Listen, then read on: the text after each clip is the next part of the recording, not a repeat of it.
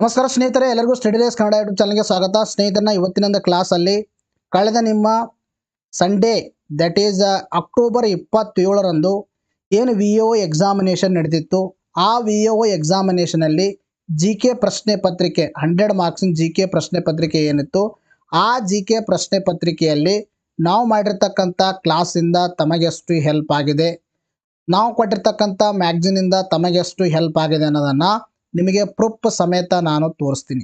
ಸುಮಾರು ಜನ ಹೇಳ್ತಾ ಇದ್ರು, ಸರ್ ಪೇಪರು ಭಾಳ ಟಫ್ ಇತ್ತು, ಭಾಳ ಕಷ್ಟ ಇತ್ತು ಅಂತ ಹೇಳ್ತಾ ಇದ್ರು. ಸೊ ಅದು ಏನಂದರೆ ಕಷ್ಟ ಮತ್ತು ಈಜಿ ಡಿಪೆಂಡಿಂಗ್ ಅಪಾನ್ ದೇರ್ ಪ್ರಿಪರೇಷನು.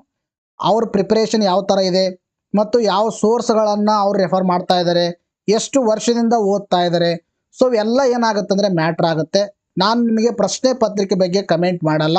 ಒಟ್ಟಾರೆಯಾಗಿ ನಮ್ಮ ಕೆಲಸದಿಂದ ನಾವು ನಿಮಗೆ ಫ್ರೀ ಆಫ್ ಕಾಸ್ಟಲ್ಲಿ ಕ್ಲಾಸನ್ನು ಮಾಡ್ತಾ ಇದ್ದೀವಿ, ನಿಮಗೋಸ್ಕರವಾಗಿ ಡೆಡಿಕೇಟೆಡ್ ಆಗಿ 5 to 6 ಅವರ್ಸ್ ಸ್ಪೆಂಡ್ ಮಾಡಿ. ಸೊ ಅದರಿಂದ ಎಷ್ಟು ಹೆಲ್ಪ್ ಆಗಿದೆ ಅನ್ನೋದು ನಿಮಗೆ ಪ್ರೂಫ್ ಸಮೇತ ನಾನು ಇವತ್ತಿನ ಕ್ಲಾಸಲ್ಲಿ ತೋರಿಸ್ತಾ ಇದ್ದೀನಿ. ಅರ್ಥ ನಿಮ್ಮ ಎಕ್ಸಾಮಲ್ಲಿ ಕೇಳಿರ್ತಕ್ಕಂಥ ಪ್ರಶ್ನೆ ಇದು ನಾನು ಟೈಪ್ ಮಾಡಿದ್ದು. ಭಾರತ ಸರ್ಕಾರ ರಚಿಸಿದ ಒಂದು ರಾಷ್ಟ್ರ ಒಂದು ಚುನಾವಣೆ ಉನ್ನತಾಧಿಕಾರ ಸಮಿತಿ ಅಧ್ಯಕ್ಷರು ಯಾರಾಗಿದ್ದರು ಅಂತ ನಿಮ್ಮ ಒಂದು ಎಕ್ಸಾಮಿನೇಷನ್ನಲ್ಲಿ ಕೇಳಿರ್ತಕ್ಕಂಥ ಪ್ರಶ್ನೆ ಇದು. ಅರ್ಥ ಆಯ್ತಾ? ಇನ್ನು ನಾವು ಯಾವ ಥರ ಪ್ರಶ್ನೆಯನ್ನು ಕೇಳಿದೀವಿ ಅಂತಕ್ಕಂಥದ್ದು ನಿಮಗೆ ಸಿಂಪಲ್ ಆಗಿ ಒಂದು ಕ್ವಶನ್ ಇಲ್ಲಿ ತೋರಿಸ್ತಾ ಇದ್ದೀನಿ. ಸುಮಾರು ಕ್ವಶನ್ ನಾವು ಯಾವ ಥರ ಕ್ವಶನ್ ಕೇಳಿದೀವಿ ಅದೇ ಥರ ಕ್ವಶನ್ಗಳಿದ್ದಾವೆ, ಬಟ್ ಕೇಳುವ ವಿಧ ಏನಿದೆ ಡಿಫ್ರೆಂಟ್ ಇದೆ. ಅರ್ಥ ಆಯ್ತಾ? ನೋಡಿ, ಇಲ್ಲಿ ಒಂದು ದೇಶ ಒಂದು ಚುನಾವಣೆ ಕುರಿತು ವರದಿ ಸಲ್ಲಿಸಿದ ಸಮಿತಿಯ ಮುಖ್ಯಸ್ಥರು ಯಾರು ಅಂತ ನಾವು ಕೇಳಿರ್ತಕ್ಕಂಥ ಪ್ರಶ್ನೆ. ಅರ್ಥ ನಮ್ಮ ಮ್ಯಾಗ್ಝಿನಲ್ಲಿ ಅಂಡರ್ಲೈನ್ ಕೂಡ ಮಾಡಿದೀವಿ, ತಮಗೆ ತಾವು ಯಾರು ತೊಗೊಂಡ್ರೆ ಗೊತ್ತಾಗುತ್ತೆ. ಅರ್ಥ ಆಯ್ತಾ?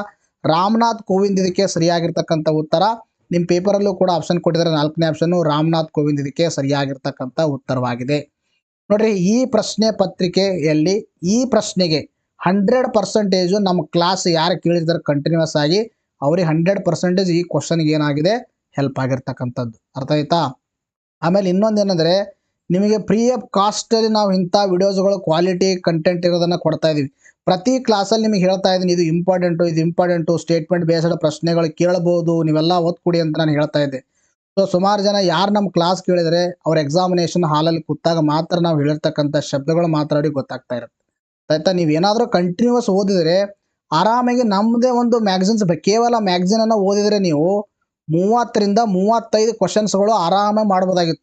ಅರ್ಥ ಆಯ್ತಾ? 30ರಿಂದ 35 ಕ್ವಶನ್ ಕೇವಲ 12 ತಿಂಗಳದ್ದು ನೀವು ಮ್ಯಾಗ್ಝಿನ್ ಏನಾದರೂ ಓದಿದ್ರೆ, ಅಕ್ಟೋಬರ್ ಟು ಅಕ್ಟೋಬರ್ ಥರ ಏನಾದರೂ ಓದಿದ್ರೆ 30ರಿಂದ 35 ಕ್ವಶನ್ ಆರಾಮಾಗಿ ಮಾಡ್ಬೋದಾಗಿತ್ತು. ಅರ್ಥ ಆಯ್ತಾ? ಅದೆಲ್ಲ ನಾನು ಪ್ರೂಫ್ ಸಮೇತ ಇಲ್ಲಿ ತೋರಿಸ್ತೀನಿ ನಿಮಗೆ.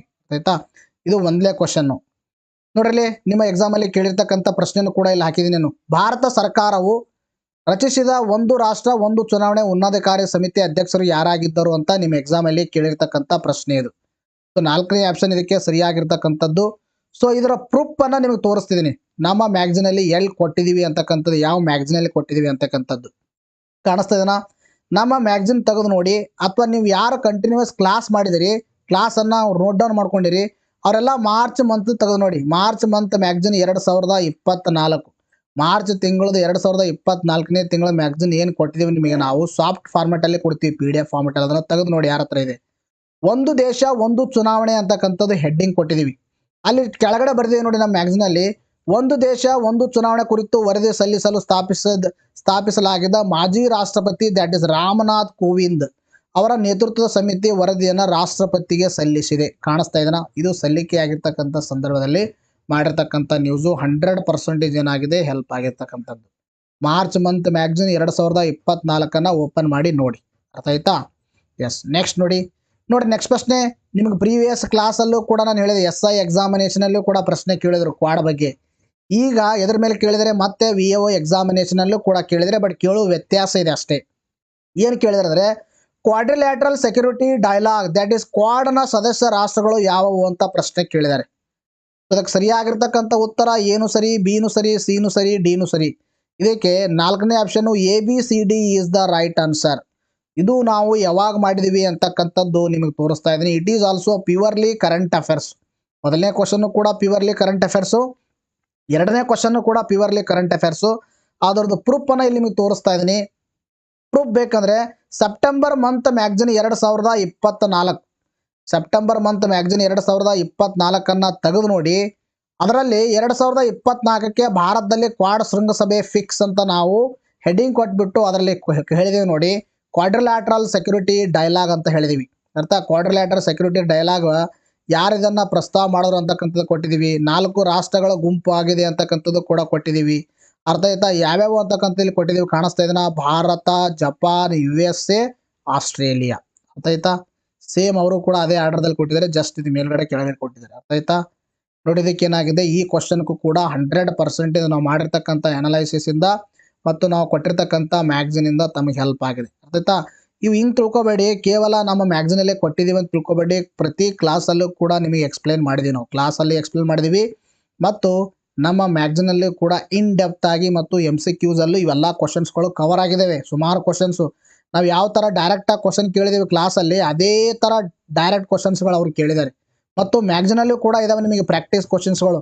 ಯಾರ ಹತ್ರ ಮ್ಯಾಗ್ಝಿನ್ ಇದಾವೆ ಸ್ವಲ್ಪ ಓಪನ್ ಮಾಡಿ ನೋಡಿ. ಅರ್ಥ ಆಯ್ತಾ? ಇನ್ನು ಯಾರ ಹತ್ರ ಇಲ್ಲ ಅಂದರೆ ನೀವು ತಗೋಬೇಕು ಮುಂದಿನ ಎಕ್ಸಾಮಿನೇಷನ್ಗೋಸ್ಕರ. ನೋಡಿ, ನೆಕ್ಸ್ಟ್ ಕ್ವಶನ್ ಕೇಳಿದ್ರೆ 2023ರಲ್ಲಿ ವೈದ್ಯಕೀಯ ಮತ್ತು ಶರೀರ ಕ್ರಿಯಾ ಶಾಸ್ತ್ರದ ಕ್ಷೇತ್ರದಲ್ಲಿ ದಟ್ ಈಸ್ COVID-19ಗೆ ಪರಿಣಾಮಕಾರಿಯಾಗಿ mRNA ವ್ಯಾಕ್ಸಿನ್ ಅಭಿವೃದ್ಧಿಪಡಿಸಿ ನೊಬೆಲ್ ಪಾರಿತೋಷಕವನ್ನು ಪಡೆದವರು ಯಾರು ಅಂತ ಪ್ರಶ್ನೆಯನ್ನು ಕೇಳಿದ್ದಾರೆ. ಇನ್ ಡೈರೆಕ್ಟ್ ಆಗಿ 2023ನೇ ಸಾಲಿನ ವೈದ್ಯಕೀಯ ವಿಭಾಗದ ನೊಬೆಲ್ ಪ್ರಶಸ್ತಿ ಯಾರು ಪಡೆದುಕೊಂಡಿದ್ದಾರೆ ಅಂತ ಪ್ರಶ್ನೆ ಕೇಳಿದ್ದಾರೆ. ಅದಕ್ಕೆ ಸರಿಯಾಗಿರ್ತಕ್ಕಂಥ ಉತ್ತರ ದಟ್ ಈಸ್ ಮೊದಲನೇ ಆಪ್ಷನ್ ಕಾರಿಕೋ ಮತ್ತು ವೈಸ್ಮನ್ ಇದಕ್ಕೆ ಸರಿಯಾಗಿರ್ತಕ್ಕಂಥ ಉತ್ತರವಾಗಿದೆ. ನೋಡ್ರಿ, ಇದನ್ನು ಕೂಡ ಬಹಳ ಇಂಪಾರ್ಟೆಂಟ್ ಆಗಿರ್ತಕ್ಕಂಥ ಪ್ರಶ್ನೆ ಮತ್ತು ನಾವು ಕ್ಲಾಸಲ್ಲೂ ಕೂಡ ಮಾಡಿದ್ದೀವಿ, ಮ್ಯಾಗ್ಝಿನಲ್ಲೂ ಕೂಡ ಮಾಡಿದ್ದೀವಿ. ಇದನ್ನು ಕೂಡ ಪ್ಯೂರ್ಲಿ ಕರೆಂಟ್ ಅಫೇರ್ಸ್. ನಾನು ನಿಮಗೆ ಹೇಳ್ತಿದ್ದೆ, ಕಂಟಿನ್ಯೂಸ್ ಆಗಿ ನೀವು ಏನಾದರೂ VAO ಎಕ್ಸಾಮಿನೇಷನ್ ಓದಬೇಕು, ಪಾಸ್ ಆಗಬೇಕಂದ್ರೆ ಸುಮಾರು 1.5 ವರ್ಷದ ಕರೆಂಟ್ ಅಫೇರ್ಸ್ ಓದ್ರೆ ನೀವು ಸೇಫ್ ಆಗಿರ್ತೀರಿ ಅಂತ ನಾನು ಹೇಳ್ತಿದ್ದೆ. ಅರ್ಥ ಆಯ್ತಾ? ಅಲ್ಲಿ ನಿಮಗೆ ಅಪ್ರಾಕ್ಸಿಮೇಟ್ಲಿ 13 to 14 ತಿಂಗಳದ ಕರೆಂಟ್ ಅಫೇರ್ಸ್ ಕೇಳಿದ್ದಾರೆ. ಅಂದರೆ ಇದು 2023 ಕೇಳಿದ್ರೆ ಅಂದರೆ 2023 ಅಕ್ಟೋಬರ್ದು ಇದು ನ್ಯೂಸು. 2023 ಅಕ್ಟೋಬರ್ದಲ್ಲಿ ಇರ್ತಕ್ಕಂಥ ನ್ಯೂಸ್ ಇದು. ಅರ್ಥ ಆಯ್ತಾ? ತೋರಿಸ್ತಾ ಇದೆ ನಿಮಗೆ ಪ್ರೂಫ್ ಎಲ್ಲಿ ಕೊಟ್ಟಿದ್ದೀವಿ ಅಂದರೆ, ನಿಮಗೆ ಪ್ರೂಫ್ ಬೇಕಂದರೆ ಅಕ್ಟೋಬರ್ ಮಂತ್ ಮ್ಯಾಗ್ಝಿನ್ 2023 ತೆಗೆದು ನೋಡಿ ನಮ್ಮದು. ಅರ್ಥ ಆಯ್ತಾ?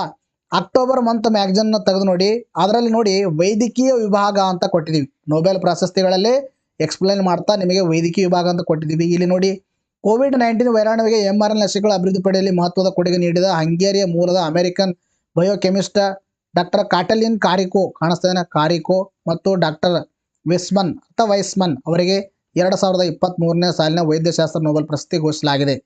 ಅರ್ಥಾತ್ ಎದಕ್ಕೆ mRNA ಅವರು ಅದನ್ನು ಕೂಡ ಕೊಟ್ಟಿದ್ದಾರೆ ಕ್ಷೇತ್ರ mRNA ಅಂತಕ್ಕಂಥದ್ದು. ಅವ್ರ ಹೆಸರಿದೆ, mRNA ಇದೆ. ಆಮೇಲೆ ನಾವು ಎಕ್ಸ್ಪ್ಲೇನ್ ಏನು ಮಾಡಿದೆ ಅಂದರೆ mRNA ಅಂದ್ರೆ ಏನು ಅಂತಕ್ಕಂಥದ್ದು ಕೂಡ ಎಕ್ಸ್ಪ್ಲೇನನ್ನು ಮಾಡಿದ್ದೀವಿ ಮ್ಯಾಗ್ಝಿನಲ್ಲಿ.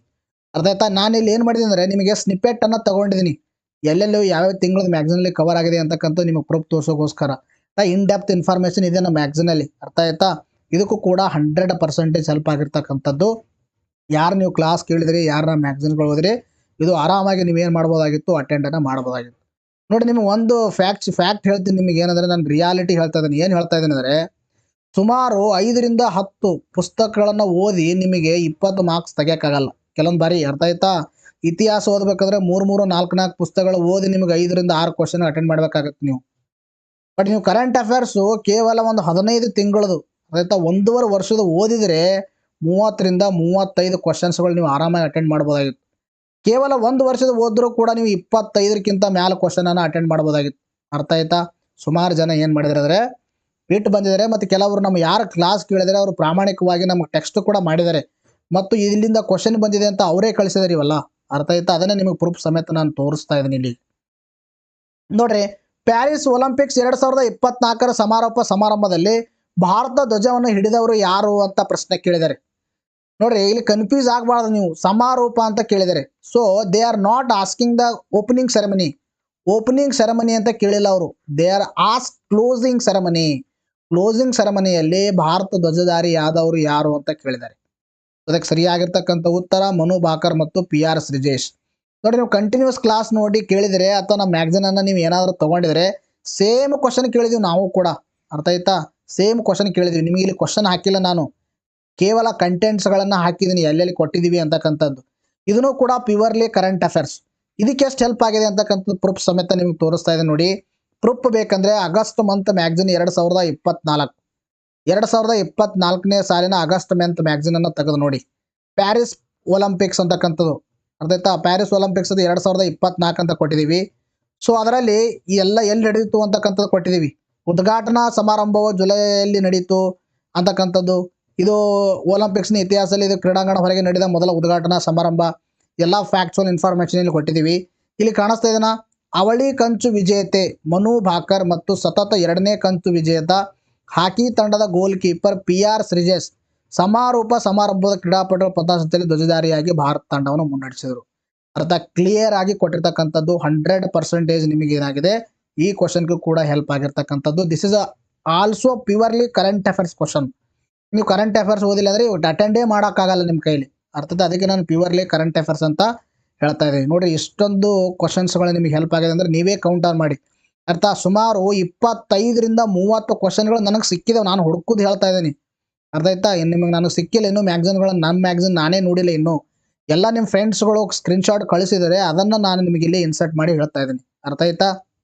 ನೋಡಿ, ಯಾರು ನೀವು ಇನ್ನೂ ನಮ್ಮ ಮ್ಯಾಗ್ಝಿನ್ಸ್ಗಳನ್ನು ತೊಗೊಂಡಿಲ್ಲ, ನಿಮಗೆ ಇನ್ನು ಮೇಲಾದರೂ ವಿಶ್ವಾಸ ಬಂದರೆ, ಅರ್ಥ ಆಯ್ತಾ, ನೀವು ಏನಾದರೂ ನೋಟ್ಸ್ ಮಾಡ್ಕೊಂಡಿರಲಿಲ್ಲ ಅಂದರೆ ನೆಕ್ಸ್ಟ್ ಎಕ್ಸಾಮ್ಗೋಸ್ಕರ ನಿಮಗೆ ತೊಗೊರಿ, ಭಾಳ ಹೆಲ್ಪ್ಫುಲ್ ಆಗುತ್ತೆ. ಯಾಕಂದರೆ ನಾವು ಎಲ್ಲ ನ್ಯೂಸ್ ಪೇಪರನ್ನು ರೆಫರ್ ಮಾಡಿ ಕನ್ಸಾಲಿಡೇಟ್ ಮೆಟೀರಿಯಲ್ನ ಕೊಡ್ತಾ ಇದ್ದೀವಿ ನಿಮಗೆ. ಅರ್ಥ ಆಯ್ತಾ? ನಿಮಗೆ PSI ಎಕ್ಸಾಮಿನೇಷನ್ ಅಂತ ಕಷ್ಟ ಪೇಪರಲ್ಲೂ ಕೂಡ 30 ಕ್ವಶನ್ ಬಂದಿತ್ತು. ಸೊ ಇದರಲ್ಲೂ ಕೂಡ it is also one of the toughest examination. So many friends ಹೇಳಿದ್ದಾರೆ. ಸೊ ಇಂಥದ್ರಲ್ಲೂ ಕೂಡ ಪ್ರಶ್ನೆಯನ್ನು ಬಂದಿದ್ದೇವೆ. ನೋಡಿ, ಒಂದು ಮಂತಿಗೆ ಎಷ್ಟಾಗುತ್ತೆ? 40 ರೂಪೀಸ್ ಆಗುತ್ತೆ. 2023 ಜನವರಿಯಿಂದ ಸೆಪ್ಟೆಂಬರ್ 2024 ಬೇಕಂದರೆ 840 ಆಗುತ್ತೆ. 2024 ಜಾನ್ ಟು ಸೆಪ್ಟೆಂಬರ್ 2024 ಬೇಕಂದರೆ 360 ಆಗುತ್ತೆ. ಇನ್ನು 2022 ಜನವರಿಯಿಂದ ಸೆಪ್ಟೆಂಬರ್ 2024 ಬೇಕಂದರೆ 1320 ಆಗುತ್ತೆ. ಡಿಸ್ಕೌಂಟ್ ಆಗಿ 1220 ಸಿಗುತ್ತೆ. Either PhonePe, Google Pay, Paytm, ಭೀಮ್ ಮುಖಾಂತರ ಕೊಟ್ಟಿರ್ತಕ್ಕಂಥ ನಂಬರ್ಗೆ ಪೇ ಮಾಡಿ. ವಾಟ್ಸಪ್ಪಲ್ಲಿ ಪೇಮೆಂಟ್ ಮಾಡೋ ಸ್ಕ್ರೀನ್ಶಾಟ್ ಆದರೂ ಕಳಿಸಿ, ಅಥವಾ ನೀವು ನಂಬರ್ಗೆ ಸೇವ್ ಮಾಡಿಕೊಂಡು ಫೋನ್ಪೇ ಮಾಡೋಷ್ಟು ನಿಮಗೆ ಏನಾದರೂ ಲೇಟ್ ಅನ್ನಿಸಿದ್ರೆ ಈ ನಂಬರ್ಗೆ ಸ್ಕ್ಯಾನ್ ಮಾಡಿ ಪೇಮೆಂಟ್ ಮಾಡೋ ರಿಸಿಪ್ಟ್ ಕಳಿಸಿ. ನಮ್ಮ ನೋಟ್ಸ್ಗಳನ್ನು ತಮಗೆ ಸಾಫ್ಟ್ ಫಾರ್ಮ್ಯಾಟಲ್ಲಿ, ದ್ಯಾಟ್ ಇಸ್ PDF ಫಾರ್ಮ್ಯಾಟಲ್ಲಿ ಕೊಡ್ತೀವಿ. ಸೊ ನಿಮ್ಮ ಮೊಬೈಲ್ ಅದರಲ್ಲಿ ಇಟ್ಕೊಳ್ರಿ, ಅಥವಾ ನೀವು ಪ್ರಿಂಟ್ಔಟ್ ತೊಗೊಂಡು ಆರಾಮಾಗಿ ಕೂಡ ಓದ್ಕೋಬೋದು. ಅರ್ಥ ಆಯ್ತಾ? ನೋಡಿ, ನೆಕ್ಸ್ಟ್ ಪ್ರಶ್ನೆ ಕೇಳಿದ್ರೆ, ಭಾರತವು ತನ್ನ ಪ್ರಥಮ ಬಾಹ್ಯಾಕಾಶ ದಿನವನ್ನು ಈ ಕೆಳಗಂಡ ಯಾವ ದಿನಾಂಕದಂದು ಆಚರಿಸಿತು ಅಂತ ಪ್ರಶ್ನೆಯನ್ನು ಕೇಳಿದ್ದಾರೆ. ಅದಕ್ಕೆ ಸರಿಯಾಗಿರ್ತಕ್ಕಂಥ ಉತ್ತರ ಯಾವುದಂದ್ರೆ ಆಗಸ್ಟ್ 23, 2024 ಇದಕ್ಕೆ ಸರಿಯಾಗಿರ್ತಕ್ಕಂಥ ಉತ್ತರ. ದ್ಯಾಟ್ ಈಸ್ 2ನೇ ಆಪ್ಷನ್. ನೋಡ್ರಿ, ನಾವು ಕೂಡ ಡೈರೆಕ್ಟ್ ಆಗಿ ಪ್ರಶ್ನೆಯನ್ನು ಕೇಳಿದೀನಿ. ಅರ್ಥ ಆಯ್ತಾ? ನೀವು ನಮ್ಮ ಕ್ಲಾಸನ್ನು ಕೇಳಿದ್ರೆ ಅಥವಾ ಮ್ಯಾಗ್ಝಿನನ್ನು ತೆಗೆದು ನೋಡಿ, ಡೈರೆಕ್ಟ್ ಕ್ವಶನ್ ಕೂಡ ಕೇಳಿದ್ವಿ. ಮತ್ತು ಕಂಟೆಂಟ್ ಎಲ್ಲಿ ಕೊಟ್ಟಿದ್ದೀವಿ ಅಂತಕ್ಕಂಥದ್ದು ಕೂಡ ನಿಮಗೆ ಪ್ರೂಫ್ ತೋರಿಸ್ತಾ ಇದ್ದೀನಿ. ಕಂಟೆಂಟ್ ನೋಡಿ, ನಮಗೆ ಮ್ಯಾಗ್ಝಿನ್ ಪ್ರೂಫ್ ಬೇಕಾಗಿತ್ತಂದರೆ ಆಗಸ್ಟ್ ಮಂತ್ ಮ್ಯಾಗ್ಝಿನ್ 2024 ತೆಗೆದು ನೋಡಿ. ರಾಷ್ಟ್ರೀಯ ಬಾಹ್ಯಾಕಾಶ ದಿನ ಆಗಸ್ಟ್ 23 ಕಾಣಿಸ್ತಿದೆನಾ? ರಾಷ್ಟ್ರೀಯ ಬಾಹ್ಯಾಕಾಶ ದಿನ ಆಗಸ್ಟ್ 23. ಇಲ್ಲಿ ನೋಡ್ರಿ, ಇಲ್ಲೆಲ್ಲ ಕ್ಲಿಯರ್ ಆಗಿ ಕೊಟ್ಟಿದ್ದೀನಿ ಸೆಂಟೆನ್ಸ್ ಅಲ್ಲಿ. ಭಾರತದಲ್ಲಿ ಆಗಸ್ಟ್ 23ರಂದು ಮೊದಲ ಬಾರಿಗೆ ರಾಷ್ಟ್ರೀಯ ಬಾಹ್ಯಾಕಾಶ ದಿನವನ್ನು ಆಚರಿಸಲಾಯಿತು. ಅಲ್ಲಿ ಕೂಡ ಹಂಗೆ ಕೇಳಿದ್ದಾರೆ, ಪ್ರಥಮ ಬಾರಿಗೆ ಅಂತ ಕೇಳಿದ್ದಾರೆ. ಪ್ರಥಮ ಬಾರಿಗೆ ನಿಮ್ಗೆ ಗೊತ್ತಿಲ್ಲ ಅಂದ್ರೂ ಕೂಡ ಆಗಸ್ಟ್ 23 ಅಂತ ಗೊತ್ತಿದ್ರೆ ನೀವು ಆನ್ಸರ್ಗೆ ಬರ್ಬೋದಾಗಿತ್ತು. ಇದನ್ನು ಕೂಡ ಒಂದು ಪ್ಯೂರ್ಲಿ ಕರೆಂಟ್ ಅಫೇರ್ಸ್ ಕ್ವಶನ್ನು. ಈ ಪ್ಯೂರ್ಲಿ ಕರೆಂಟ್ ಅಫೇರ್ಸ್ ಕ್ವಶನ್ಗೆ ನಮ್ಮ ಮ್ಯಾಗ್ಝಿನ್ಗಳನ್ನು ಯಾರು ರೆಫರ್ ಮಾಡಿರಿ, ಯಾರು ಕ್ಲಾಸ್ ಕೇಳಿರಿ, 100% ಏನಾಗಿದೆ ಹೆಲ್ಪ್ ಆಗಿರ್ತಕ್ಕಂಥದ್ದು. ಅರ್ಥ ಆಯ್ತಾ? ನೋಡಿ, ನಿಮಗೆ ನಾವು ಏನು ಬಯಸ್ತಾ ಇದೀವಿ ಇಷ್ಟೇ. ಈ ವಿಡಿಯೋ ನಿಮಗೆ ಇಷ್ಟ ಆದರೆ ಲೈಕ್ ಮಾಡಿ, ಶೇರ್ ಮಾಡಿ, ನಿಮ್ಮ ಫ್ರೆಂಡ್ಗಳಿಗೂ ಕೂಡ ಶೇರ್ ಮಾಡಿ. ಯಾಕಂದರೆ ಅವರಿಗೂ ಕೂಡ ಇಂಥ ಕ್ವಾಲಿಟಿ ಮತ್ತು ಕಂಟೆಂಟ್ ಇರ್ತಕ್ಕಂಥ ವಿಡಿಯೋಸ್ಗಳು ಫ್ರೀ ಆಫ್ ಕಾಸ್ಟಲ್ಲಿ ಸಿಗ್ತಾ ಇದ್ದಾವೆ. ಇಷ್ಟಾದರೂ ಕೂಡ ನೀವು ಮಾಡಲೇಬೇಕಾಗಿರ್ತಕ್ಕಂಥ ಕೆಲಸ. ಯಾಕಂದ್ರೆ ನಿಮಗೋಸ್ಕರವಾಗಿ ನಾವು ಇಷ್ಟೊಂದು ಕಷ್ಟಪಡ್ತಾ ಇದ್ದೀವಿ. ಸೊ ಅಷ್ಟು ಮಾಡೋಕ್ಕಾಗಲ್ಲ ನಿಮ್ಮ ಕೈಲಿಂದ. ಅರ್ಥ ಆಯ್ತಾ? ನೀವು ಬೇರೆ ವಿಡಿಯೋ ಶೇರ್ ಮಾಡಲಿಲ್ಲ ಅಂದರೂ ಪರವಾಗಿಲ್ಲ, ಈ ವಿಡಿಯೋ ಆದರೂ ಕೂಡ ಎಲ್ಲ ನಿಮ್ಮ ಫ್ರೆಂಡ್ಸ್ಗಳಿಗೆ ಏನು ಮಾಡಿ, ಶೇರ್ ಮಾಡಿ. ನೋಡಿ, ನೆಕ್ಸ್ಟ್ ಪ್ರಶ್ನೆ ಕೇಳಿದ್ರೆ, 2024 ಸ್ವತಂತ್ರ ದಿನಾಚರಣೆ ಸಂದರ್ಭದಲ್ಲಿ ರಾಮ್ಸರ್ ತಾಣವಾಗಿ ಹೊಸದಾಗಿ ಸೇರ್ಪಡೆ ಮಾಡಲಾಗಿರುವ ಕೆಳಗಂಡ ಸ್ಥಳಗಳನ್ನು ಪರಿಗಣಿಸಿರಿ ಅಂತ ಪ್ರಶ್ನೆಯನ್ನು ಕೇಳಿದ್ದಾರೆ. ಅದಕ್ಕೆ ಸರಿಯಾಗಿರ್ತಕ್ಕಂಥ ಉತ್ತರ ಅಂದರೆ ನೋಡ್ರಿ, ನಂಜರಾಯನ ಪಕ್ಷಿಧಾಮ ಇದು ಸರಿಯಾಗುತ್ತೆ, ಕೊಜುವೆಲ್ಲಿ ಪಕ್ಷಿಧಾಮ ಇದು ಸರಿಯಾಗುತ್ತೆ, ತವಾ ಜಲಾಶಯ ಇದು ಸರಿಯಾಗುತ್ತೆ. ಅರ್ಥ ಆಯ್ತಾ? ಅದಕ್ಕೆ ಸರಿಯಾಗಿರ್ತಕ್ಕಂಥ ಉತ್ತರ ಯಾವುದಂದ್ರೆ ದಟ್ ಈಸ್ ABD ಆಪ್ಷನ್ ಎಲ್ಲಿರುತ್ತೆ ಅದೇ ಕರೆಕ್ಟ್. ಆಯ್ತಾ? ABD ದ್ಯಾಟ್ ಈಸ್ 3ನೇ ಆಪ್ಷನ್ ಇದಕ್ಕೆ ಸರಿಯಾಗಿರ್ತಕ್ಕಂಥ ಉತ್ತರ. ಇದು ನಿಮಗೆ ಪ್ರೂಫ್ ಸಮೇತ ನಿಮಗೆ ತೋರಿಸ್ತಾ ಇದ್ದೀನಿ ನೋಡಿ. ಪ್ರೂಫ್ ಬೇಕಂದ್ರೆ ಆಗಸ್ಟ್ ಮಂತ್ ಮ್ಯಾಗ್ಝಿನ್ 2024 ತೆಗೆದು ನೋಡಿ. ಅಂದರೆ ಅವರು ಸ್ವತಂತ್ರ ದಿನಾಚರಣೆ ಅಂತ ಹೇಳಿದ್ರೆ ಅಂದರೆ ಆಗಸ್ಟ್ದಲ್ಲೇ ಇರಬೇಕಲ್ವಾ, ಆಗಸ್ಟ್ ಮಂತ್ ಮ್ಯಾಗ್ಝಿನಲ್ಲೇ ಇರಬೇಕು. ಸೊ ಅದು ತೋರಿಸ್ತಾ ಇದೆ ನೋಡಿ. 3 ಜೋಗು ಪ್ರದೇಶಗಳಿಗೆ ರಾಮ್ಸರ್ ತಾಣ ಗೌರವ ಅವರು 3 ಕೊಟ್ಟಿದ್ದಾರೆ ಇಲ್ಲಿ. ಅರ್ಥ ಆಯ್ತಾ? ಸ್ವತಂತ್ರ ದಿನಾಚರಣೆಯಲ್ಲಿ ಸೇರಿಸಿದ್ದೇ 3, ಆಗಸ್ಟ್ ತಿಂಗಳಲ್ಲಿ ಸೇರಿಸಿದ್ದೇ 3, ಅವ್ರು ಕೇಳಿದ್ದು 3 ಕೇಳಿದ್ದಾರೆ. ಅರ್ಥ ಆಯ್ತಾ? ಕಾಣಿಸ್ತಾ ಇದೆನಾ? ತಮಿಳುನಾಡಿನ ನಂಜರಾಯ ಪಕ್ಷಿಧಾಮ ಮತ್ತು ಕೊಳುವೆಲ್ಲಿ ಪಕ್ಷಿಧಾಮ ಹಾಗೂ ಮಧ್ಯಪ್ರದೇಶದ ತವಾ ಜಲಾಶಯ ಈ ಗೌರವಕ್ಕೆ ಪಾತ್ರರಾಗಿವೆ. ಕಾಣಿಸ್ತಾ ಇದನ್ನ ಕ್ಲಿಯರ್ ಆಗಿ ಕೊಟ್ಟಿದ್ದೀವಿ. ಅವುಗಳ ಮುಖಾಂತರ 85ಕ್ಕೆ ಏರಿಕೆಯಾಗಿದೆ ಅಂತ ಆಗಸ್ಟ್ ಮಂತ್ ಮ್ಯಾಗಝಿನಲ್ಲಿ ಕ್ಲಿಯರ್ ಆಗಿ ಕೊಟ್ಟಿದ್ದೀವಿ. ಮತ್ತು ಪ್ರಸ್ತುತ ಭಾರತದಲ್ಲಿ 85 ರಾಮ್ಸರ್ ಸೈಟ್ಗಳಿದಾವೆ ಅಂತಕ್ಕಂಥದ್ದು ಇದು ಆಗಸ್ಟ್ ಮಂತ್ ತಿಂಗಳಲ್ಲಿ ಕೊಟ್ಟಿರ್ತಕ್ಕಂಥದ್ದು. ಇದನ್ನು ಕೂಡ ಪ್ಯೂರ್ಲಿ ಕರೆಂಟ್ ಅಫೇರ್ಸ್ ಕ್ವಶನ್. ಇದಕ್ಕೂ ಕೂಡ ನಮ್ಮ ಮ್ಯಾಗಝಿನ್ ಯಾರು ಓದಿರಿ 100% ಏನಾಗಿದೆ ಹೆಲ್ಪ್ ಆಗಿರ್ತಕ್ಕಂಥದ್ದು. ಅರ್ಥ ಆಯ್ತಾ? ನೋಡಿ ನೆಕ್ಸ್ಟ್ ಪ್ರಶ್ನೆ ಕೇಳಿದರೆ, ಭಾರತ ಹಣಕಾಸು ಸಚಿವರಾದ ಶ್ರೀಮತಿ ನಿರ್ಮಲಾ ಸೀತಾರಾಮನ್ ಅವರು ಭಾರತ ನವೋದ್ಯಮ ಸ್ಟಾರ್ಟ್ಅಪ್ಗಳನ್ನು ಉತ್ತೇಜಿಸಲು ಎಂಜಲ್ ತೆರಿಗೆಯನ್ನು ರದ್ದುಗೊಳಿಸಿದ್ದಾರೆ. ಎಂಜಲ್ ತೆರಿಗೆಯನ್ನು ರದ್ದುಗೊಳಿಸಿದ ಅದರ ದರ ಎಷ್ಟಾಗಿತ್ತು ಅಂತಕ್ಕಂಥದ್ದು. ನೋಡ್ರಿ, ಎಲ್ಲ current affairs ಕ್ವಶನ್ಗಳಲ್ಲಿ it is one of the tough question. ಅರ್ಥ ಆಯ್ತಾ? ಟಫ್ ಕ್ವಶನ್ ಇದು. ಯಾಕೆ ಇದು ನಾನು ಟಫ್ ಅಂತ ಹೇಳ್ತೀನಿ ಅಂದರೆ, ಇಂಥ ಫ್ಯಾಕ್ಚುಯಲ್ ಇನ್ಫಾರ್ಮೇಷನ್ಗಳು ಸುಮಾರು ಜನ ನೆನಪಲ್ಲಿ ಇಟ್ಕೊಳ್ಳಲ್ಲ. ನಾವು ಕೂಡ ಎಂಜಲ್ ಟ್ಯಾಕ್ಸ್ ಅಂದ್ರೆ ಏನು, ಎಂಜಲ್ ಟ್ಯಾಕ್ಸ್ ಯಾವಾಗ ಅದನ್ನು ಜಾರಿಗೊಳಿಸಿದರೆ, ಯಾವಾಗ ರದ್ದುಗೊಳಿಸಿದರೆ ಅಂತಕ್ಕಂಥದ್ದನ್ನು ನಾವು ಮಾಡಿದ್ದೀವಿ. ಬಟ್ ನಿಮಗೆ ಕ್ಲಾಸಲ್ಲಿ ಇದು ನಾನು ಮಾಡಿಲ್ಲ. ಬಟ್ ಮ್ಯಾಗಝಿನಲ್ಲಿ ಈ ಒಂದು ಕಂಟೆಂಟನ್ನು ನಿಮಗೆ ಕೊಟ್ಟಿದ್ದೀನಿ. ಅರ್ಥ ಆಯ್ತಾ? ಅದರ ಪ್ರೂಫ್ ಸಮೇತ ನಿಮಗೆ ಇಲ್ಲಿ ತೋರಿಸ್ತಾ ಇದ್ದೀನಿ ನೋಡಿ. ಪ್ರೂಫ್ ಬೇಕಂದ್ರೆ ಜುಲೈ ಮಂತ್ ಮ್ಯಾಗಝಿನ್ 2024 ತೆಗೆದು ನೋಡಿ. ಜುಲೈ ಮಂತ್ ಮ್ಯಾಗಝಿನ್ 2024 ಜುಲೈ ತಿಂಗಳಲ್ಲಿ ನಿರ್ಮಲಾ ಸೀತಾರಾಮನ್ ಅವರು ಬಜೆಟನ್ನು ಮಂಡನೆ ಮಾಡಿದ್ರು. ಸೊ ಆ ಬಜೆಟ್ ಮಂಡನೆ ಮಾಡಿದಾಗ ಬಜೆಟ್ ಸೆಕ್ಷನ್ ಕೂಡ ನಮ್ಮ ಮ್ಯಾಗಝಿನಲ್ಲಿ ಕವರ್ ಮಾಡಿದ್ದೀವಿ. ಅಲ್ಲಿ ನೋಡ್ರಿ, ನವೋದ್ಯಮಗಳು ತಮ್ಮ ಮಾರುಕಟ್ಟೆ ಮೌಲ್ಯಕ್ಕಿಂತ ಹೆಚ್ಚಿನ ಪ್ರಮಾಣದಲ್ಲಿ ಭಾರತೀಯ ಹೂಡಿಕೆದಾರರಿಂದ ಬಂಡವಾಳ ಸಂಗ್ರಹಿಸಿದರೆ ಅದಕ್ಕೆ ವಿಧಿಸಲಾಗುತ್ತಿದ್ದ 30.9 ಎಂಜಲ್ ಟ್ಯಾಕ್ಸ್ ಅನ್ನ ರದ್ದು ಮಾಡಿದ್ದಾರೆ ಅಂತಕ್ಕಂಥದ್ದು ಇಲ್ಲಿ ಕೊಟ್ಟಿರ್ತಕ್ಕಂಥ ಇನ್ಫಾರ್ಮೇಶನ್ ಡೈರೆಕ್ಟ್ ಆಗಿ ನಿಮ್ಮ ಎಕ್ಸಾಮ್ ಅಲ್ಲಿ ಇದು ಬಂದಿರತಕ್ಕಂಥ ಪ್ರಶ್ನೆ. ಅರ್ಥ, ಈ ಒಂದು ಪ್ರಶ್ನೆಗೆ ಕೂಡ ಏನಾಗಿದೆ ಅಂದ್ರೆ 100% ಹೆಲ್ಪ್ ಆಗಿರ್ತಕ್ಕಂಥದ್ದು. ಅರ್ಥ, ಇದು is also purely current affairs. ಅರ್ಥ, ಇದನ್ನು ಪ್ಯೂರ್ಲಿ ಕರೆಂಟ್ ಅಫೇರ್ಸ್ ಪ್ರಶ್ನೆ ಇದು. ಇದಕ್ಕೇನಾಗಿದೆ 100% ಹೆಲ್ಪ್ ಆಗಿರ್ತಕ್ಕಂಥದ್ದು. ಅರ್ಥ ಆಯ್ತಾ? ನೋಡ್ರಿ, 30.9 ಅಲ್ಲಿ ಕೂಡ ಹೆಂಗೆ ಆಪ್ಷನ್ ಕೊಟ್ಟಿದ್ದಾರೆ ನೋಡಿ. 28.9 ಅಂತ ಕೊಟ್ಟಿದ್ದಾರೆ, 25.9 ಅಂತ ಕೊಟ್ಟಿದ್ದಾರೆ, 20.9 ಅಂತ ಕೊಟ್ಟಿದ್ದಾರೆ, 30.9 ಅಂತ ಕೊಟ್ಟಿದ್ದಾರೆ 4ನೇ ಆಪ್ಷನ್. ಅದಕ್ಕೆ ನಾನು ಏನು ಹೇಳಿದೆ, it is one of the tough question. ಅರ್ಥ, ಇಂಥ ಕ್ವಶನ್ ಕೂಡ ನಾವು ಮಾಡಿರ್ತಕ್ಕಂಥ ಅನಲೈಸಿಸ್ ಅಲ್ಲಿ ಕವರ್ ಆಗಿರ್ತಕ್ಕಂಥದ್ದು ಮತ್ತು ನಮ್ಮ ಮ್ಯಾಗಝಿನಲ್ಲಿ ಕೂಡ ಕವರ್ ಆಗಿದೆ. ನೋಡಿ ನೆಕ್ಸ್ಟ್ ಪ್ರಶ್ನೆ ಅಂತ ಕೇಳಿದ್ರೆ ಅಂದ್ರೆ, ಇದು ಸ್ಟೇಟ್ಮೆಂಟ್ ಬೇಸ್ಡ್ ಪ್ರಶ್ನೆಯನ್ನು ಕೇಳಿದ್ದಾರೆ. ಅದಾಯ್ತಾ? ಏನು ಕೇಳಿದರೆ, ದಾದಾ ಸಾಹೇಬ್ ಫಾಲ್ಕೆ ಪ್ರಶಸ್ತಿಗೆ ಸಂಬಂಧಿಸಿದಂತೆ ಈ ಕೆಳಗಿನ ಯಾವ ಹೇಳಿಕೆ ಅಥವಾ ಹೇಳಿಕೆಗಳು ತಪ್ಪಾಗಿದೆ ಅಥವಾ ತಪ್ಪಾಗಿವೆ ಅಂತ ಕೇಳಿದ್ದಾರೆ. ಸ್ಟೇಟ್ಮೆಂಟ್ ಬೇಸ್ಡ್ ಕೇಳಿದ್ದಾರೆ. ಮೊದಲನೇ ಆಪ್ಷನ್ ಏನು ಕೊಟ್ಟಿದ್ದಾರೆ, ಭಾರತ ಸರ್ಕಾರ 1950ರಲ್ಲಿ ಈ ಪ್ರಶಸ್ತಿಯನ್ನು ಪರಿಚಯಿಸಲಾಯಿತು. ಮೊದಲನೇ ಆಪ್ಷನ್ ಕ್ರ್ಯಾಕ್ ಡೌನ್ ಆಯಿತು. ಒಂದನೇ ಆಪ್ಷನ್ ಏನಿತ್ತಂದ್ರೆ ಇದು ಹೋಯಿತು. ಅರ್ಥ ಆಯ್ತಾ? ಇನ್ನು ದಾದಾ ಸಾಹೇಬ್ ಫಾಲ್ಕೆ ಪ್ರಶಸ್ತಿಯನ್ನು ಪ್ರಥಮ ಬಾರಿಗೆ ಪೃಥ್ವಿರಾಜ್ ಕಪೂರ್ ಅವರು ಪಡೆದರು. ಇದನ್ನು ಕೂಡ ಹೋಯಿತು. ಅರ್ಥ, ಬಿ ಆಪ್ಷನ್ ತಪ್ಪಾಯಿತು. ಅದತ್ತ ನೆಕ್ಸ್ಟ್, ಈ ಪ್ರಶಸ್ತಿಯನ್ನು ಮಿಥುನ್ ಚಕ್ರವರ್ತಿಯವರಿಗೆ 69ನೇ ರಾಷ್ಟ್ರೀಯ ಚಲನಚಿತ್ರ ಸಮಾರಂಭದಲ್ಲಿ ನೀಡಿ ಗೌರವಿಸಲಾಯಿತು. ಇದನ್ನು ಕೂಡ ತಪ್ಪಾಗುತ್ತೆ. ಅರ್ಥ ಆಯ್ತಾ? ಯಾಕಂದ್ರೆ 69ನೇ ರಾಷ್ಟ್ರೀಯ ಚಲನಚಿತ್ರ ಪ್ರಶಸ್ತಿಯಲ್ಲಿ ಅವ್ರಿಗೆ ಕೊಟ್ಟಿಲ್ಲ, 70ನೇ ರಾಷ್ಟ್ರೀಯ ಚಲನಚಿತ್ರ ಪ್ರಶಸ್ತಿಯಲ್ಲಿ ಕೊಟ್ಟಿದ್ದಾರೆ ಅವರಿಗೆ. ಡಾಕ್ಟರ್ ರಾಜ್ಕುಮಾರ್ ಅವರನ್ನ 43ನೇ ರಾಷ್ಟ್ರೀಯ ಚಲನಚಿತ್ರ ಪ್ರಶಸ್ತಿ ಪ್ರದಾನ ಸಮಾರಂಭದಲ್ಲಿ ಈ ಪ್ರಶಸ್ತಿಯನ್ನು ಸ್ವೀಕರಿಸಿದರು. ಇದಕ್ಕೆ ಸರಿಯಾಗಿರ್ತಕ್ಕಂಥ ಉತ್ತರ D option. It is also one of the tough question. ಇದು ಯಾವ ತಿಂಗಳಲ್ಲಿ ಬಂದಿದೆ ಅಂತಕ್ಕಂಥ ನಿಮ್ಗೆ ಹೇಳ್ತೀನಿ ನಾನು. ಇದು ಬಂದಿರತಕ್ಕಂಥದ್ದು ಸೆಪ್ಟೆಂಬರ್ ತಿಂಗಳಲ್ಲೇ ಬಂದಿದೆ. ಅರ್ಥ ಆಯ್ತಾ? ಸೆಪ್ಟೆಂಬರ್ ಎಂಡ್ 27, 28ಗೆ ಬಂದಿದೆ ಈ ನ್ಯೂಸ್. ಬಟ್ ನಿಮ್ಮ ಎಕ್ಸಾಮು PSI ಎಕ್ಸಾಮಿನೇಷನ್ ಹತ್ರ ಇರೋದ್ರಿಂದಾಗಿ ನಾವೇನು ಮಾಡಿದ್ದೇವೆ ಅಂದರೆ, ಸೆಪ್ಟೆಂಬರ್ ಮಂತ್ ಮುಗಿಯೋದೇ ಅಡ್ವಾನ್ಸ್ ಸ್ವಲ್ಪ ಮ್ಯಾಗ್ಝಿನ್ ಕೊಟ್ಟಿದ್ದೀವಿ ನಿಮಗೆ. ಅರ್ಥ ಆಯ್ತಾ? ಮ್ಯಾಗ್ಝಿನ್ ಅಡ್ವಾನ್ಸ್ ಕೊಟ್ಟಿದ್ದೀವಿ. ಸುಮಾರು ಜನ ಕೇಳ್ತಾ ಇದ್ರು, ಸರ್ PSI ಎಕ್ಸಾಮ್ ಇದೆ ಅಡ್ವಾನ್ಸ್ ಕೊಡಿ ಅಂತ. ಅಡ್ವಾನ್ಸ್ ಕೊಟ್ಟಿದ್ದೀವಿ ಅಂದರೆ ಸೆಪ್ಟೆಂಬರ್ ತಿಂಗಳಲ್ಲಿ ಒಂದು 3-4 ದಿನದ ಅದರಲ್ಲಿ ಕವರ್ ಮಾಡಿರಲಿಲ್ಲ ನಾವು. ಬಟ್ ಅದು ನಿಮಗೆ ಯಾವಾಗ ಮಾಡಿದೀವಿ ಅಂತಕ್ಕಂಥದ್ದು ಇಲ್ಲಿ ಪ್ರೂಫ್ ಸಮೇತ ತೋರಿಸ್ತೀನಿ ನಿಮಗೆ. ಅರ್ಥ ಆಯ್ತಾ?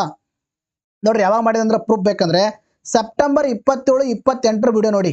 ಸೆಪ್ಟೆಂಬರ್ 27, 28 ವಿಡಿಯೋ 2024 ತೆಗೆದು ನೋಡಿ.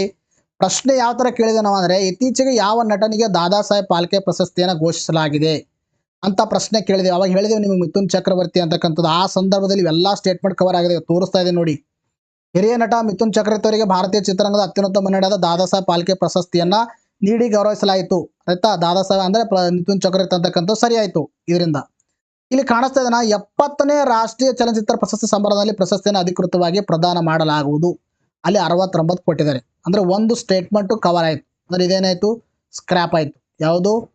Mithun Chakraborty last statement. ಇನ್ನು ನೆಕ್ಸ್ಟ್ ಸ್ಟೇಟ್ಮೆಂಟ್ ನೋಡ್ರಿ, ದಾದಾ ಸಾಹೇಬ್ ಫಾಲ್ಕೆ ಪ್ರಶಸ್ತಿ ಅಂತ ನಿಮಗೆಲ್ಲ ಇನ್ಫಾರ್ಮೇಶನ್ ಕೊಟ್ಟಿದೆ. ಅದರಲ್ಲಿ ಭಾರತೀಯ ಸಿನಿಮಾ ಕ್ಷೇತ್ರಕ್ಕೆ ನೀಡುವ ಅತ್ಯುನ್ನತ ಪ್ರಶಸ್ತಿಯಾಗಿದೆ. 1969ರಲ್ಲಿ ಸ್ಥಾಪಿಸಲಾಯಿತು. ಕಾಣಿಸ್ತಾ ಇದ್ರ ಎರಡನೇ ಸ್ಟೇಟ್ಮೆಂಟ್ ಏನಾಯ್ತು, ಕವರ್ ಆಯ್ತು. ಅವರು 50 ಅಂತ ಕೊಟ್ಟಿದ್ದಾರೆ. ಇದನ್ನು ಕೂಡ ಹೋಯ್ತು. ಇನ್ನು ತದನಂತರದಲ್ಲಿ ಪ್ರಥಮ ಬಾರಿಗೆ ಪಡೆದವರು ಯಾರು ಅಂತ ಕೊಟ್ಟಿದ್ದೀವಿ ನೋಡಿ ಇಲ್ಲಿ. ಭಾರತ ಚಲನಚಿತ್ರ ಪಿತಾಮಹ ದಾದಾಸಾಹೇಬ್ ಫಾಲ್ಕೆ ಸಾಹೇಬ್ ಅಂತ ಹೇಳಿದೀವಿ. ಫಾಲ್ಕೆ ಪ್ರಶಸ್ತಿ ಪಡೆದವರು ಮೊದಲ ಯಾರಂದ್ರೆ ದೇವಿಕಾ ರಾಣಿ. ಕಾಣಿಸ್ತಾ ಇದನ್ನ ದೇವಿಕಾ ರಾಣಿ, ಇದನ್ನು ಕೂಡ ಸ್ಟೇಟ್ಮೆಂಟ್ ಕವರ್ ಆಗಿದೆ. 4 ಸ್ಟೇಟ್ಮೆಂಟ್ ನಾವು ಮಾಡಿರ್ತಕ್ಕಂಥ ಅನಾಲಿಸಿಸ್ ಇಂದ ಕವರ್ ಆಗಿದೆ. ಸೆಪ್ಟೆಂಬರ್ ಮಂತ್ ಮ್ಯಾಗಝಿನ್ ಅಲ್ಲಿ ಇದು ಇಲ್ಲ, ಯಾಕಂದ್ರೆ ನಿಮ್ಗೆ ರೀಸನ್ ಕೊಟ್ಟಿದ್ದೀನಿ. PSI ಎಕ್ಸಾಮ್ ಇರೋದ್ರಿಂದಾಗಿ ರಿಕ್ವೆಸ್ಟ್ ಮಾಡ್ಕೊಂಡ್ರು ಬೇಗ ಕೊಡಿ ಅಂತ. ಅದರಲ್ಲಿ ಸೆಪ್ಟೆಂಬರ್ 27, 28 ಯಾಡ್ ಮಾಡಿಲ್ಲ. ಸೆಪ್ಟೆಂಬರ್ 27, 28 ವಿಡಿಯೋನ ತೆಗೆದು ನೋಡಿ. ಈ ಕಂಟೆಂಟ್ ಅನ್ನ ಅಕ್ಟೋಬರ್ದಲ್ಲಿ ನಾವು ಕವರ್ ಮಾಡ್ತೀವಿ. ಅರ್ಥ ಆಯ್ತಾ? ತೆಗೆದು ನೋಡಿ ನೀವು ಮ್ಯಾಗಝಿನ್, ಇದು ವಿಡಿಯೋನ ನೋಡಿ ಇದರಲ್ಲಿ. ಅರ್ಥ ಆಯ್ತಾ? ಈ ಕ್ವಶನ್ ಏನಾಗಿದೆ 100% ಹೆಲ್ಪ್ ಆಗಿರ್ತಕ್ಕಂಥದ್ದು. It is also purely current affairs. ಆಯ್ತಾ? ನೋಡಿ, ಇಂಥ ಟಫ್ ಕ್ವಶನ್ಸ್ಗಳು ಕೂಡ, ಇಂಥ ಸ್ಟೇಟ್ಮೆಂಟ್ ಬೇಸ್ಡ್ ಕ್ವಶನ್ ಕೂಡ ಏನಾಗಿದೆ ಹೆಲ್ಪ್ ಆಗಿರ್ತಕ್ಕಂಥದ್ದು. ನೋಡಿ, ನೆಕ್ಸ್ಟ್ ಪ್ರಶ್ನೆ ಕೇಳಿದ್ರೆ, ಕೆಳಗಿನ ಸಮಿತಿಗಳಲ್ಲಿ ಯಾವುದರ ಒಂದು ಶಿಫಾರಸಿನ ಮೇರೆಗೆ ಕೇಂದ್ರ ಜಾಗೃತ ಆಯೋಗವನ್ನು ಸ್ಥಾಪಿಸಲಾಯಿತು? ಇದಕ್ಕೆ ಇಂಗ್ಲಿಷ್ನಲ್ಲಿ ಮೋಸ್ಟ್ಲಿ ಇದಕ್ಕೆ ಸೆಂಟ್ರಲ್ ವಿಜಿಲೆನ್ಸ್ ಕಮಿಷನ್ ಇರಬಹುದು. ಇದು ಅರ್ಥ ಆಯ್ತಾ? ಸೆಂಟ್ರಲ್ ವಿಜಿಲೆನ್ಸ್ ಕಮಿಷನ್ ಅಂತ ಹೇಳ್ತೀವಿ. ಸೊ ಇದಕ್ಕೆ ಸರಿಯಾಗಿರ್ತಕ್ಕಂಥ ಉತ್ತರ ಸಂತಾನಂ ಸಮಿತಿ ಇದಕ್ಕೆ ಸರಿಯಾಗಿರ್ತಕ್ಕಂಥ ಉತ್ತರವಾಗಿದೆ. ಸರಿ, ಅದ್ರ ಪ್ರೂಫ್ ನಿಮಗೆ ತೋರಿಸ್ತಾ ಇದೆ ನೋಡಿ. ಪ್ರೂಫ್ ಬೇಕಂದ್ರೆ ಮೇ ಮಂತ್ ಮ್ಯಾಗಝಿನ್ 2023, ಆಯ್ತಾ? ಮೇ ಮಂತ್ ಮ್ಯಾಗಝಿನ್ 2023, ಅದರಲ್ಲಿ ಪಾರ್ಟ್ 2 ತೆಗೆದು ನೋಡಿ. ಪಾರ್ಟ್ 2 ಅಲ್ಲಿ ಕಾಣಿಸ್ತದಲ್ಲ, ಸೆಂಟ್ರಲ್ ವಿಜಿಲೆನ್ಸ್ ಮುಖ್ಯ ಕಮಿಷನರ್ ಪ್ರವೀಣ್ ಕುಮಾರ್ ಶ್ರೀವಾಸ್ತವ್ ಅಂತ ಹೆಡ್ಡಿಂಗ್ ಅಲ್ಲಿ ಕೊಟ್ಟಿದ್ದೀವಿ. ಇಲ್ಲಿ ಕಾಣಿಸ್ತಾ ಇದೆ ಅಲ್ಲಿ ಎಕ್ಸ್ಪ್ಲನೇಷನ್ ಅಲ್ಲಿ ಸೆಂಟ್ರಲ್ ಕೇಂದ್ರೀಯ ವಿಜಿಲೆನ್ಸ್ ಕಮಿಷನ್ ಬಗ್ಗೆ ಹೇಳುವಾಗ ನೋಡ್ರಿ, ಇಲ್ಲಿ ಕೆ ಸಂತಾನಂ ನೇತೃತ್ವದ ಸಮಿತಿಯ ಶಿಫಾರಸಿನ ಮೇರೆಗೆ ಸ್ಥಾಪಿಸಲಾಗಿದೆ. ಈ ಕ್ವಶನ್ಗೂ ಕೂಡ 100% ಏನಾಗಿದೆ ಹೆಲ್ಪ್ ಆಗಿರ್ತಕ್ಕಂಥದ್ದು. ಅರ್ಥ ಆಯ್ತಾ? It is also current affairs link ಅಲ್ಲ, but purely current affairs question ಅಲ್ಲ, ಇದು ಕರೆಂಟ್ ಅಫೇರ್ಸ್ ಲಿಂಕ್ಡ್ ಪ್ರಶ್ನೆ ಇದು. ಅರ್ಥ ಆಯ್ತಾ? ಇದಕ್ಕೂ ಕೂಡ 100% ಏನಾಗಿದೆ ಹೆಲ್ಪ್ ಆಗಿರ್ತಕ್ಕಂಥದ್ದು. ನೋಡಿ, ನೆಕ್ಸ್ಟ್ ಪ್ರಶ್ನೆ ಕೇಳಿದ್ರೆ, ಮುದ್ರಾ ಯೋಜನೆ ಅಡಿ ಲಭ್ಯವಿರುವ 3 ಸಾಲದ ವಿಭಾಗಗಳು ಯಾವುವು ಅಂತ ಪ್ರಶ್ನೆನ ಕೇಳಿದ್ದಾರೆ. ಇದಕ್ಕೆ ಸರಿಯಾಗಿರ್ತಕ್ಕಂಥ ಉತ್ತರ ಯಾವುದಂದ್ರೆ ದಟ್ ಈಸ್ 1ನೇ ಆಪ್ಷನ್ ಶಿಶು ಕಿಶೋರ ಮತ್ತು ತರುಣ. ಇದಕ್ಕೆ 3ನೇ ಆಪ್ಷನ್ ಸರಿಯಾಗಿರ್ತಕ್ಕಂಥ ಉತ್ತರವಾಗಿದೆ. ಇದು ಬಹಳ ನ್ಯೂಸ್ ಅಲ್ಲಿ ಇತ್ತು, ನಿಮಗೆ ಹೇಳಿದ್ದೆ ನಾನು 2-3 ಬಾರಿ ನಾನು ಅನಲೈಸಿಸ್ ಮಾಡಿದ್ದೀನಿ. ಇಂಪಾರ್ಟೆಂಟ್ ಇದು. ಮುದ್ರಾ ಯೋಜನೆ ಒಂದು ಸಾಲದ ಮಿತಿಯನ್ನ 20 ಲಕ್ಷಕ್ಕೆ ಏರಿಕೆ ಮಾಡಿದರೆ ಎಕ್ಸಾಮ್ ಅಲ್ಲಿ ಬರುತ್ತೆ ಅಂತ ಸುಮಾರು ಬಾರಿ ಹೇಳಿದ್ದೆ. ಮತ್ತು ನಿಮಗೆ ಈ ಸಾಲದ ನೆನಪಿಟ್ಕೊಳ್ಳೋಕೆ ಶಾರುಖ್ ಖಾನ್ ಅಂಡ್ ತಮನ್ನಾ ಅಂತ ನಿಮಗೆ ಕೋಡು ಕೂಡ ಕೊಟ್ಟಿದ್ದೆ ನಾನು. ಅರ್ಥ? ಶಾರುಖ್ ಖಾನ್ ಅಂಡ್ ತಮನ್ನಾ ಅಂತೇಳಿ.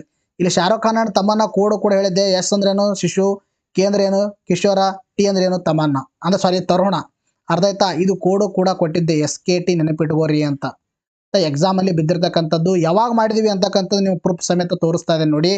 ನಿಮಗೆ ಪ್ರೂಫ್ ಬೇಕಂದ್ರೆ ಐ ಥಿಂಕ್ ಇದು ಇಲ್ಲಿ ಪ್ರೂಫ್ ಮಿಸ್ ಆಗಿದೆ. ಮಾರ್ಚ್ 2024 ಅಥವಾ ಫೆಬ್ರವರಿ 2024 ತೆಗೆದು ನೋಡಿ. ಇಲ್ಲಿ ಕಾಣಿಸ್ತಾ ಇದೆ ಮುದ್ರಾ ಯೋಜನೆ ನೀಡುವ ಸಾಲದ ಮೊತ್ತ ಹೆಚ್ಚಳ ಅಂತ. 2024ನೇ ಸಾಲಿನ ಕೇಂದ್ರ ಬಜೆಟ್ನಲ್ಲಿ ಮುದ್ರಾ ಯೋಜನೆ ಅಡಿಯಲ್ಲಿ ನೀಡುವ ಗರಿಷ್ಠ ಸಾಲದ ಮೊತ್ತ 10 ಲಕ್ಷದಿಂದ 20 ಲಕ್ಷಕ್ಕೆ ಏರಿಕೆಯಾಗಿದೆ. ಇದು ಕೊಟ್ಟಿರ್ತಕ್ಕಂಥದ್ದು. ಇನ್ನು ಮುದ್ರಾ ಅಂದ್ರೆ ಏನು ಹೇಳಿದೀವಿ? Micro units development and refinance agency ಅಂತಕ್ಕಂಥದ್ದು. ಇದೆಲ್ಲ ಹೇಳಿದೀವಿ. ಯಾರಿಗೆ ಸಾಲ ಕೊಡ್ತಾರ ಅಂತಕ್ಕಂಥದ್ದು ಹೇಳಿದೀವಿ. ಇಲ್ಲಿ ನೋಡಿ ಕ್ಲಿಯರ್ ಆಗಿ ಕೊಟ್ಟಿದ್ದೀವಿ. ಶಿಶು 50,000ದಿಂದ ಸಾಲದ ಸೌಲಭ್ಯ, ಕಿಶೋರ 50,000ದಿಂದ 5 ಲಕ್ಷದವರೆಗೆ, ತರುಣ 5 ಲಕ್ಷದಿಂದ 20 ಲಕ್ಷದವರೆಗೆ. ಕಾಣಿಸ್ತಾ ಇದೆ 3 ಸಾಲಗಳು ಕೊಟ್ಟಿದ್ದೀವಿ. ಅವು ಮಿತಿನೂ ಕೂಡ ಕೊಟ್ಟಿದ್ದೀವಿ. ಇನ್ನು ಮುದ್ರಾ ಕಾರ್ಡ್ ಬಗ್ಗೆನೂ ಕೂಡ ಕೊಟ್ಟಿದ್ದೀವಿ. ಇದಕ್ಕೂ ಕೂಡ 100% ಹೆಲ್ಪ್ ಆಗಿದೆ. So it is one of the purely current affairs. ಇದನ್ನು ಕೂಡ ಪ್ಯೂರ್ಲಿ ಕರೆಂಟ್ ಅಫೇರ್ಸ್ ಕ್ವಶನ್ನೇ. ನೋಡ್ರಿ ಎಂಥ ಕ್ವಶನ್ಗಳು ಏನಾಗಿದ್ದಾವೆ ಕವರ್ ಆಗಿರ್ತಕ್ಕಂಥದ್ದು.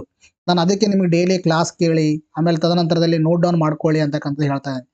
ಇವೆಲ್ಲ ನಿಮಗೆ ಇಲ್ಲಿ ಕೊಟ್ಟಿರ್ತಕ್ಕಂಥ ನೆಕ್ಸ್ಟ್ ಪ್ರಶ್ನೆ ಇವೆಲ್ಲ ನಿಮಗೆ ಏನು ಅನ್ಸ್ಬೋದು? ಸರ್ GK ಇರ್ಬೋದು ಬಿಡಿ ಸರ್ ಅನ್ಬೋದು. ಇವೆಲ್ಲ GK ಅಲ್ಲ, ನಿಮಗೆ ಕರೆಂಟ್ ಅಫೇರ್ಸ್ ಲಿಂಕ್ ಮಾಡಿ ಪ್ರಶ್ನೆ ಕೇಳಿರ್ತಕ್ಕಂಥದ್ದು. ಏನು ಕೊಟ್ಟಿದ್ದಾರೆ? ಬಿಮ್ಸ್ಟೆಕ್ ಕೊಟ್ಟಿದ್ದಾರೆ, IMF ಕೊಟ್ಟಿದ್ದಾರೆ, ಏಷ್ಯನ್ ಡೆವಲಪ್ಮೆಂಟ್ ಬ್ಯಾಂಕ್ ಕೊಟ್ಟಿದ್ದಾರೆ, ಇನ್ನು WHO ಕೊಟ್ಟಿದ್ದಾರೆ. ಇವೆಲ್ಲವನ್ನ ಹೊಂದಿಸಿ ಬರಕ್ಕೆ ಕೇಳಿದ್ದಾರೆ.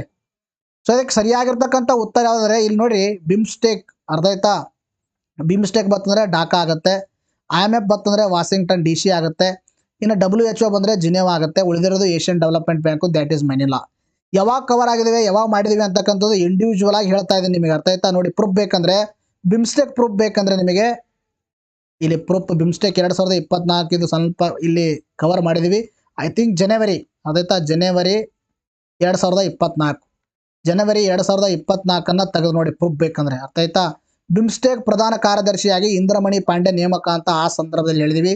ಬೇ Bengal initiative multi sector technical economic operation ಅಂತ ಡಿಸ್ಕಷನ್ ಮಾಡಿದೀವಿ. ಇಲ್ಲಿ ಕೊಟ್ಟಿದೆ ನೋಡಿ ಯಾವ ಸದಸ್ಯ ರಾಷ್ಟ್ರಗಳಿದಾವೆ ಅಂತಕ್ಕಂಥದ್ದು. ಇನ್ನು ಕೇಂದ್ರ ಕಚೇರಿ ಬಾಂಗ್ಲಾದೇಶದ ಢಾಕಾ ಅಂತ ಕವರ್ ಮಾಡಿದೀವಿ. ಆಯ್ತಾ? ಅಂದ್ರೆ ಒಂದು ಕವರ್ ಆಗಿರ್ತಕ್ಕಂಥದ್ದು. ನೆಕ್ಸ್ಟ್ ಇನ್ನು ಪ್ರೂಫ್ ಬೇಕಂದ್ರೆ ವಿಶ್ವ ಆರೋಗ್ಯ ಸಂಸ್ಥೆ ಹೆಡ್ ಕ್ವಾರ್ಟರ್ಸು ಏಪ್ರಿಲ್ 2024 ವಿಶ್ವ ಆರೋಗ್ಯ ದಿನ ಸಂದರ್ಭದಲ್ಲಿ ನಾವು ನಿಮಗೆ ಎಕ್ಸ್ಪ್ಲೇನ್ ಮಾಡಿದ್ದೀವಿ. ಇದಕ್ಕೆಲ್ಲ ಇಲ್ಲಿ ನೋಡಿ ನಿಮಗೆ ತೋರಿಸ್ತಾ ಇದ್ದೀನಿ. ವಿಶ್ವ ಆರೋಗ್ಯ ಸಂಸ್ಥೆ ಸ್ಥಾಪನೆ ಆಗಿದ್ದು ತದನಂತರದಲ್ಲಿ ಕೇಂದ್ರ ಕಚೇರಿ ಕಾಣಿಸ್ತಾ ಇದೆ ಜಿನೇವಾ ಸ್ವಿಟ್ಜರ್ಲ್ಯಾಂಡ್. 2 ಕವರ್ ಆಗಿದ್ದಾವೆ. ಅರ್ಥ ಆಯ್ತಾ? ಇನ್ನು ತದನಂತರದಲ್ಲಿ ಪ್ರೂಫ್ ಜುಲೈ 2024 ತೆಗೆದು ನೋಡಿ. IMF MD ಆಗಿ ಕ್ರಿಸ್ಟಲಿನಾ ಜಾರ್ಜಿಯಾ ಮರು ನೇಮಕ ಅಂತ ಆ ಸಂದರ್ಭದಲ್ಲಿ ಡಿಸ್ಕಷನ್ ಮಾಡಿದ್ದೇವೆ IMF ಬಗ್ಗೆ. ಆಯ್ತಾ? ಇದರ ಪ್ರಧಾನ ಕಚೇರಿ ವಾಷಿಂಗ್ಟನ್ DC ಇದೆ ಅಂತಕ್ಕಂಥ ಕಾಣಿಸ್ತಾ ಇದೆ. ವಾಷಿಂಗ್ಟನ್ DC ಪ್ರಧಾನ ಕಚೇರಿಯನ್ನು ಹೊಂದಿದೆ. 3 ಕವರ್ ಆಗಿದೆ. ಇನ್ನು ಏಷ್ಯನ್ ಡೆವಲಪ್ಮೆಂಟ್ ಬ್ಯಾಂಕ್ ಕೂಡ ಕವರ್ ಆಗಿದೆ. ಅದು 2023 ಇದ್ರಿಂದ ನಿಮಗೆ ಇಲ್ಲಿ ತೋರಿಸಿಲ್ಲ. ಅರ್ಥ ಆಯ್ತಾ? 3 ಗೊತ್ತಿರೋ ಆರಾಮ ನೀವು ಆನ್ಸರನ್ನ ಮಾಡಬಹುದಾಗಿತ್ತು. ಅರ್ಥ ಆಯ್ತಾ? ಇದಕ್ಕೂ ಕೂಡ ಏನಾಗಿದೆ 100% ಹೆಲ್ಪ್ ಆಗಿರ್ತಕ್ಕಂಥದ್ದು. ಅರ್ಥ ಆಯ್ತಾ? ನೆಕ್ಸ್ಟ್ ಪ್ರಶ್ನೆ ನೋಡಿ. ಪ್ಯಾರಾ ಒಲಿಂಪಿಕ್ಸ್ 2024ಕ್ಕೆ ಸಂಬಂಧಿಸಿದ ಕೆಳಗಿನ ಯಾವ ಹೇಳಕ ಅವಲೋಕಿಸಿ ಅಂತ ಕೇಳಿದ್ದಾರೆ. ಅರ್ಥ ಆಯ್ತಾ? ಮೊದಲನೇ ಆಪ್ಷನ್ ಪ್ಯಾರಾ ಒಲಿಂಪಿಕ್ಸ್ ಫ್ರಾನ್ಸ್ ರಾಜಧಾನಿ ಪ್ಯಾರಿಸ್ನಲ್ಲಿ ನಡೆದಿರುತ್ತು. ಇದಕ್ಕೆ ಸರಿಯಾಗಿರ್ತಕ್ಕಂಥ ಉತ್ತರ ಇದು. ಆಮೇಲೆ ಇದು ಮೊದಲನೇ ಸ್ಟೇಟ್ಮೆಂಟ್ ಕರೆಕ್ಟ್ ಇದೆ. ಇನ್ನು ಪ್ಯಾರಾ ಒಲಿಂಪಿಕ್ಸ್ಗಳು 5 ವರ್ಷಗಳಿಗೊಮ್ಮೆ ನಡೆಯುತ್ತದೆ. ಇದು ಸ್ಕ್ರಾಪ್ ಔಟ್ ಆಯಿತು. ಅರ್ಥ ಹೋಯ್ತು. ಇನ್ನು 2024 ಪ್ಯಾರಾಲಿಂಪಿಕ್ಸ್ ಭಾರತ ಕ್ರೀಡಾಪಟು ಮೊದಲ ಬಾರಿಗೆ ಹೆಚ್ಚು ಪದಕ ಗೆದ್ದಿದ್ದಾರೆ. ಇದು ಏನಂದ್ರೆ ಸರಿಯಾಗಿರ್ತಕ್ಕಂಥದ್ದು. ಇನ್ನು ಕ್ರಮವಾಗಿ ಚೀನಾ, ಬ್ರಿಟನ್, ಅಮೆರಿಕ ಕಂಚು ಪದಕ ಗೆದ್ದ ಮೊದಲ 3 ದೇಶಗಳಾಗಿವೆ. ಇದನ್ನು ಕೂಡ ಸರಿಯಾಗಿರ್ತಕ್ಕಂಥದ್ದು. ಅರ್ಥ ಆಯ್ತಾ? ಇದರಲ್ಲಿ ಇವು ಎರಡು ಏನಂದ್ರೆ ಸಿ ಮತ್ತು 2024 ಭಾರತ ಕ್ರೀಡಾಪಟು ಮೊದಲ ಬಾರಿಗೆ ಹೆಚ್ಚು ಪದಕವನ್ನು ಗೆದ್ದಿದ್ದಾರೆ. ಸರಿ. ಚೀನಾ, ಬ್ರಿಟನ್ ಮತ್ತು ಅಮೆರಿಕ ಗೆದ್ದ ಮೊದಲ 3 ದೇಶಗಳಾಗಿವೆ. ಇದನ್ನು ಕೂಡ ಸರಿಯಾಗಿರ್ತಕ್ಕಂಥದ್ದು. ಆಮೇಲೆ ಈ ಒಂದೇದು ಕೂಡ ಸರಿಯಾಗಿರ್ತಕ್ಕಂಥದ್ದು. ಅದರ ಅರ್ಥ ACD ಮೊದಲನೇ ಆಪ್ಷನ್ ಇದಕ್ಕೆ ಸರಿಯಾಗಿರ್ತಕ್ಕಂಥ ಉತ್ತರವಾಗಿದೆ. ಅರ್ಥ ಆಯ್ತಾ? ಇದು ತೋರಿಸ್ತಾ ಇದೆ ನಿಮ್ಗೆ ಪ್ರೂಫ್ ಯಾವಾಗ ಕವರ್ ಮಾಡಿದೀವಿ ಅಂತಕ್ಕಂಥದ್ದು. ಪ್ಯಾರಿಸ್ ಪ್ಯಾರಾ ಒಲಿಂಪಿಕ್ಸ್ ಅಂತ ನಾವು ಹೆಡ್ಡಿಂಗ್ ಕೊಟ್ಟಿದ್ದೀವಿ. ಆ ಸಂದರ್ಭದಲ್ಲಿ ಎಲ್ಲವನ್ನ ಹೇಳಿದ್ವಿ. ಅರ್ಥ ಆಯ್ತಾ? ನೋಡಿ ಪ್ಯಾರಿಸ್ ಪ್ಯಾರಾ ಒಲಿಂಪಿಕ್ಸ್ ಹೆಡ್ಡಿಂಗ್ ಅಲ್ಲೇ ಗೊತ್ತಾಗುತ್ತೆ ಪ್ಯಾರಿಸ್ ಅಲ್ಲಿ ನಡೆದಿದೆ ಅಂತಕ್ಕಂಥ ಮೊದಲನೇ ಸ್ಟೇಟ್ಮೆಂಟ್ 2024 ಅಂತ. ಇಲ್ಲಿ ನೋಡಿ 17ನೇ ಬೇಸಿಗೆ ಪ್ಯಾರಾಲಿಂಪಿಕ್ಸ್ ಕ್ರೀಡಾಕೂಟಗಳು ಫ್ರಾನ್ಸ್ನ ಪ್ಯಾರಿಸ್ನಲ್ಲಿ ಆಗಸ್ಟ್ 20ರಿಂದ ಸೆಪ್ಟೆಂಬರ್ 8ರಂದು ನಡೆದವು ಕೊಟ್ಟಿದ್ದೀವಿ. 84 ಕ್ರೀಡಾಪಟುಗಳೊಂದಿಗೆ ಪ್ಯಾರಿಸ್ ವಿಮಾನವೇರಿದ ಭಾರತ ತಂಡ ಸರ್ವಕಾಲಿಕ ಗರಿಷ್ಠ 29 ಪದಕಗಳೊಂದಿಗೆ ತವರಿಗೆ ಮಾಡಿದೆ. ಸರ್ವಕಾಲಿಕ ಗರಿಷ್ಠ ಅಂದ್ರೆ ಏನು? ಈ ಹಿಂದೆ ಗೆದ್ದಿಲ್ಲ ಅಂತ ಅರ್ಥ. 7 ಚಿನ್ನ, 9 ಬೆಳ್ಳಿ, 13 ಕಂಚಿನ ಪದಕಗಳು ಗೆದ್ದಿದ್ದಾರೆ. ಪದಕ ಪಟ್ಟಿಯಲ್ಲಿ ಭಾರತ 18ನೇ ಸ್ಥಾನದಲ್ಲಿದೆ ಅಂತಕ್ಕಂಥದ್ದು ಕೂಡ ಹೇಳಿದ್ದೀವಿ. ಅದಲ್ಲದೆ ನೋಡಿ ಇಲ್ಲೊಂದು ಸ್ಟೇಟ್ಮೆಂಟು, ಇದು ಇತಿಹಾಸದಲ್ಲೇ ಭಾರತ ಗಳಿಸಿದ ಅತ್ಯುತ್ತಮ ಸ್ಥಾನ. ಅರ್ಥ ಆಯ್ತಾ? ಎಷ್ಟು ಸ್ಟೇಟ್ಮೆಂಟ್ ಕವರ್ ಅದು? ಮೊದಲನೇ ಸ್ಟೇಟ್ಮೆಂಟ್ ಕವರ್ ಆಯಿತು. ಆಮೇಲೆ ತದನಂತರದಲ್ಲಿ 3ನೇ ಸ್ಟೇಟ್ಮೆಂಟ್ ಕವರ್ ಆಯಿತು. ಇನ್ನು 4ನೇ ಸ್ಟೇಟ್ಮೆಂಟು ಕೂಡ ನಿಮಗೆ ತೋರಿಸ್ತೀನಿ. ಅರ್ಥ ಆಯ್ತಾ? 4ನೇ ಸ್ಟೇಟ್ಮೆಂಟು ಪ್ಯಾರಿಸ್ ಪ್ಯಾರಾಲಿಂಪಿಕ್ ಪದಕ ಪಟ್ಟಿ ಅಂತಕ್ಕಂಥದ್ದು ಮ್ಯಾಗ್ಝಿನಲ್ಲಿ ನಾವು ಕೊಟ್ಟಿದ್ದೀವಿ. ಇದೇ ಸ್ನಿಪೆಟ್ ಕೊಟ್ಟಿದ್ದೀವಿ. ತೆಗೆದು ನೋಡಿ. ಚೀನಾ, ಬ್ರಿಟನ್, ಅಮೆರಿಕ ಕಾಣಿಸ್ತಾ ಇದೆನಾ? ಈ ಕ್ವಶನ್ಗೂ ಕೂಡ 100% ಹೆಲ್ಪ್ ಆಗಿರ್ತಕ್ಕಂಥದ್ದು. It is also purely current affairs. ಇಂಥ ಸ್ಟೇಟ್ಮೆಂಟ್ ಬೇಸ್ಡ್ ಪ್ರಶ್ನೆಗಳು ಕೂಡ ಏನಾಗಿದೆ ಕವರ್ ಆಗಿರ್ತಕ್ಕಂಥದ್ದು. ನೋಡಿ ನೆಕ್ಸ್ಟ್ ಪ್ರಶ್ನೆ ಕೇಳಿದ್ರೆ, ಕರ್ನಾಟಕ ರಾಜ್ಯದ ಪ್ರವಾಸ ಇಲಾಖೆಗೆ ಸಂಬಂಧಿಸಿದ ಕೆಳಗಿನ ಯಾವ ಘೋಷವಾಕ್ಯ ಸರಿಯಾಗಿದೆ ಅಂತ ಪ್ರಶ್ನೆಯನ್ನು ಕೇಳಿದರೆ, ಒಂದು ರಾಜ್ಯ ಅನೇಕ ಪ್ರಪಂಚಗಳು, ಒಂದು ರಾಜ್ಯ ಅನೇಕ ದೇಶಗಳು, ಒಂದು ದೇಶ ಅನೇಕ ಪ್ರಪಂಚಗಳು, ಒಂದು ಪ್ರಪಂಚ ಅನೇಕ ರಾಜ್ಯಗಳು, ಒನ್ ಸ್ಟೇಟ್ ಮೆನಿ ವರ್ಲ್ಡ್. ಆಯ್ತಾ? ಅದರ ಟ್ಯಾಗ್ಲೈನ್, ಟೂರಿಸಂ ಟ್ಯಾಗ್ಲೈನ್. ಇಲ್ಲಿ ಯಾವಾಗ ಕವರ್ ಮಾಡಿದೀವಿ ಅಂತಕ್ಕಂಥದ್ದು ಇಲ್ಲಿ ತೋರಿಸ್ತಾ ಇದೆ ನೋಡಿ. ಪ್ರೂಫ್ ಬೇಕಂದ್ರೆ ಜನವರಿ ಮಂತ್ ಮ್ಯಾಗ್ಝಿನ್ 2024. ಅರ್ಥ ಆಯ್ತಾ? ಪ್ರವಾಸೋದ್ಯಮ ದಿನ ಸಂದರ್ಭದಲ್ಲಿ ಡಿಸ್ಕಷನ್ ಮಾಡಿದ್ವಿ. ಜನವರಿ ಮಂತ್ ಮ್ಯಾಗ್ಝಿನ್ 2024 ತೆಗೆದು ನೋಡಿ. ಕರ್ನಾಟಕ ರಾಜ್ಯ ಪ್ರವಾಸೋದ್ಯಮ ಅಭಿವೃದ್ಧಿ ನಿಗಮ ಬಗ್ಗೆನೂ ಕೂಡ ಹೇಳಿದೀವಿ. ಅರ್ಥ ಆಯ್ತಾ? ಪ್ರವಾಸೋದ್ಯಮ ಇಲಾಖೆ ಅಂತ ಅವ್ರು ಕೊಟ್ಟಿದ್ದಾರೆ. ಆ ಸಂದರ್ಭದಲ್ಲಿ ಇಲ್ಲಿ ಕಾಣಿಸ್ತಾ ಇದೆ ಸ್ಟೇಟ್ ಟೂರಿಸಂ ಟ್ಯಾಗ್ಲೈನ್. ಯಾವ ಸ್ಟೇಟ್ ಟೂರಿಸಂ ಟ್ಯಾಗ್ಲೈನ್ ಏನೇನಿದೆ ಅಂತಕ್ಕಂಥದ್ದು ಕೂಡ ಕೊಟ್ಟಿದ್ದೀವಿ. ಆಯ್ತಾ? ಆಂಧ್ರ ಪ್ರದೇಶ, ಕೇರಳ, ಆಮೇಲೆ ಮೇಘಾಲಯ ಕೊಟ್ಟಿದ್ದೀವಿ. ತದನಂತರದಲ್ಲಿ ಇಲ್ಲಿ ಕರ್ನಾಟಕ ನೋಡೋಣ. ಒಂದು ಸೆಕೆಂಡು. ಕರ್ನಾಟಕದಲ್ಲಿದೆ ಅಂತಕ್ಕಂಥ, ಯಾಕಂದ್ರೆ ಅದೇ ಕೇಳಿದರೆ ಮಧ್ಯಪ್ರದೇಶ, ರಾಜಸ್ಥಾನ, ಮಣಿಪುರ, ನಾಗಾಲ್ಯಾಂಡು, ಒಡಿಸ್ಸಾ, ತೆಲಂಗಾಣ, ಬಿಹಾರು, ಐ ಥಿಂಕ್ ಮಹಾರಾಷ್ಟ್ರ, ಕರ್ನಾಟಕ ನೋಡಿ. ಕರ್ನಾಟಕದ ಕೂಡ ಕೊಟ್ಟಿದ್ದೀವಿ. ಅರ್ಥ ಆಯ್ತಾ? ಕರ್ನಾಟಕದ ಕೂಡ ಕೊಟ್ಟಿದ್ದೀವಿ. ನೀವು ತೆಗೆದು ನೋಡಿ. ಸ್ನಿಪೆಟ್ ತಗೊಳ್ಳುವಾಗ ಇಲ್ಲಿ ಬಂದಿಲ್ಲ ಅಷ್ಟೇ. ಅರ್ಥ ಆಯ್ತಾ? ಇದಕ್ಕೂ ಕೂಡ 100% ಹೆಲ್ಪ್ ಆಗಿದೆ. ನಿಮಗೆ ಟ್ರಸ್ಟ್ ಇರಲಿಲ್ಲ ಅಂದರೆ ಇದು ಓಪನ್ ಮಾಡಿ. ಜನವರಿ ಮಂತ್ ಮ್ಯಾಗ್ಝಿನ್ 2024 ತೆಗೆದು ನೋಡಿ. ಆ ಸಂದರ್ಭದಲ್ಲಿ ಕರ್ನಾಟಕದ ಸೇರಿ ಎಲ್ಲ ರಾಜ್ಯಗಳದು ಕೂಡ ಕೊಟ್ಟಿದ್ದೀವಿ. ಅರ್ಥ ಆಯ್ತಾ? ಇಲ್ಲಿ ನೋಡಿ, ಇಲ್ಲೇ ಕೊಟ್ಟಿದೆ. ಐ ಆಮ್ ಸಾರಿ, ಕರ್ನಾಟಕ ಪ್ರವಾಸೋದ್ಯಮ ಧ್ಯೇಯವಾಕ್ಯ. ಐ ಆಮ್ ಸಾರಿ, ನಾನು ಮುಂದೆ ಹೋಗಿದ್ದು ಕಾಣಿಸ್ತಾ ಇದೀನ.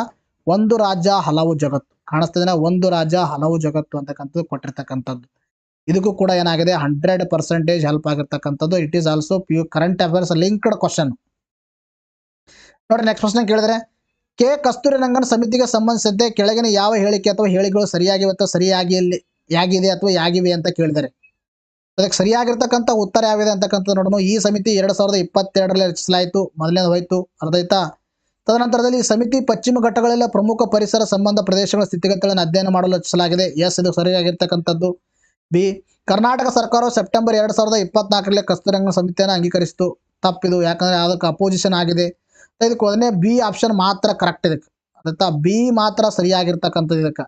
ಇದಕ್ಕೆ ಯಾವಾಗ ಕವರ್ ಆಗಿದೆ, ಯಾವ್ಯಾವ ಸ್ಟೇಟ್ಮೆಂಟ್ ಕವರ್ ಆಗಿದೆ, ಯಾವಲ್ಲಿ ಡಿಸ್ಕಷನ್ ಮಾಡಿದೀವಿ ಅಂತಕ್ಕಂಥದ್ದು ಪ್ರೂಫ್ ಸಮೇತ ನಿಮಗೆ ತೋರಿಸ್ತಾ ಇದೆ ನೋಡಿ. ಆಗಸ್ಟ್ ಮಂತ್ ಮ್ಯಾಗಝಿನ್ 2024 ತೆಗೆದು ನೋಡಿ. ಸರಿ, ಕಸ್ತೂರಿ ರಂಗನ್ ವರದಿ ಅಂತಕ್ಕಂಥದ್ದು.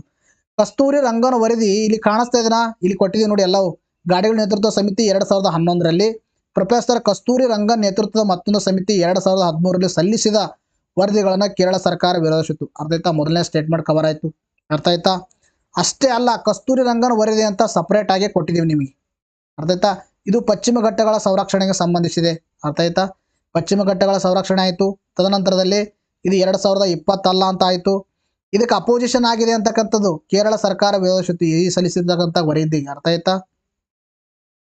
ಎಲ್ಲ ಎಕೋ ಸೆನ್ಸಿಟಿವ್ ಝೋನ್ ಅಂದ್ರೆ ಏನು ಎಲ್ಲ ಕೊಟ್ಟಿದ್ದೀವಿ ನಿಮಗೆ. ಅರ್ಥ ಆಯ್ತಾ? ಇನ್ಫಾರ್ಮೇಷನ್ ಇದಕ್ಕೂ ಕೂಡ 100% ಏನಾಗಿದೆ ಹೆಲ್ಪ್ ಆಗಿರ್ತಕ್ಕಂಥದ್ದು. It is also purely current affairs. ನೀವೇನು ಜಿ ಕೆ ಅಂತೀರ ನೋಡ್ರಿ, ಜಿ ಕೆ ನಿಮಗೆ ಸ್ಟ್ಯಾಟಿಕ್ ಅಲ್ಲ, ಇದು ಇಟ್ ಈಸ್ ಕರೆಂಟ್ ಇವೆಂಟ್. ಅರ್ಥ ಆಯ್ತಾ? ಯಾರು ಕಂಟಿನ್ಯೂಸ್ ಕರೆಂಟ್ ಅಫೇರ್ಸ್ ಓದ್ತೀರ ಅವ್ರಿಗೆ ಗೊತ್ತಾಗುತ್ತೆ ನೋಡಿ. ನೆಕ್ಸ್ಟ್ ಪ್ರಶ್ನೆ, ಈ ಕೆಳಗಂಡ ಯೋಜನೆಗಳು ಮತ್ತು ಅವುಗಳ ಉದ್ದೇಶಗಳು ಹೊಂದಿಸಿ ಬರೆಯಿರಿ ಅಂತ ಪ್ರಶ್ನೆಯನ್ನು ಕೇಳಿದ್ದಾರೆ. ಅದಕ್ಕೆ ಪ್ರಧಾನಮಂತ್ರಿ ಶ್ರಮ ಯೋಗಿ ಮನ್ ಧನ್ ಯೋಜನೆ ಅಂತ ಕೊಟ್ಟಿದ್ದಾರೆ, ಪ್ರಧಾನ ಜೀವನ್ ಜ್ಯೋತಿ ಬಿಮಾ ಯೋಜನೆ ಅಂತ ಕೊಟ್ಟಿದ್ದಾರೆ, ಇನ್ನು ರಾಷ್ಟ್ರೀಯ ಸಾಮಾಜಿಕ ನೆರವು ಯೋಜನೆ ಅಂತ ಕೊಟ್ಟಿದ್ದಾರೆ, ಪ್ರಧಾನಮಂತ್ರಿ ಸುರಕ್ಷಾ ಬಿಮಾ ಯೋಜನೆ ಅಂತ ಕೊಟ್ಟಿದ್ದಾರೆ. ನೋಡ್ರಿ, ಇವೆಲ್ಲ ಮೂರು ಯೋಜನೆಗಳು ಎರಡು ಯೋಜನೆಗಳು ಒಂದೇ ಪೇಜಲ್ಲಿ ಕವರ್ ಆಗಿದ್ದಾವೆ. ಮತ್ತು ಪ್ರಧಾನಮಂತ್ರಿ ಶ್ರಮ ಯೋಗಿ ಮನ್ ಧನ್ ಯೋಜನೆಯನ್ನ ಜಸ್ಟ್ ನೀವು ಎಕ್ಸಾಮ್ ಹೋಗ್ಕಿಂತ ಒಂದಿನ ಮುಂಚೆನೇ ಏನು ಕ್ಲಾಸ್ ಮಾಡಿದೀವಿ ಅದರಲ್ಲೇ ಡಿಸ್ಕಷನ್ ಮಾಡಿದೀವಿ ನಾವು. ನಿಮಗೆ ಪ್ರೂಫ್ ಸಮೇತ ತೋರಿಸ್ತೀನಿ ಎಲ್ಲೆಲ್ಲಿ ಕವರ್ ಆಗಿದ್ದೇವೆ ಅಂತಕ್ಕಂಥದ್ದು. ಇದು ಅಸಂಘಟಿತ ವಲಯದ ಕಾರ್ಮಿಕರಿಗೆ ಸಂಬಂಧಪಟ್ಟಿದೆ ಅಂತಕ್ಕಂಥದ್ದು. ಅರ್ಥ ಆಯ್ತಾ? ನಿಮಗೆ ತೋರಿಸ್ತೀನಿ ಇಲ್ಲಿ ನಿಮಗೆ ಎಲ್ಲೆಲ್ಲಿ ಇದಾವೆ ಅಂತಕ್ಕಂಥದ್ದು ಪ್ರೂಫ್ ಸಮೇತ. ನೋಡ್ರಿ, ಪ್ರೂಫ್ ಬೇಕಾದ್ರೆ ಮೇ ಮಂತ್ ಮ್ಯಾಗಝಿನ್ 2023ನೇ ಸಾಲಿಂದು ಪಾರ್ಟ್ 1 ತೆಗೆದು ನೋಡಿ. ಆಯ್ತಾ? ಪಾರ್ಟ್ 1 ನಿಮಗೆ ಇಲ್ಲಿ ಕ್ಲಿಯರ್ ಮಾಡ್ತೀನಿ ನಾನು.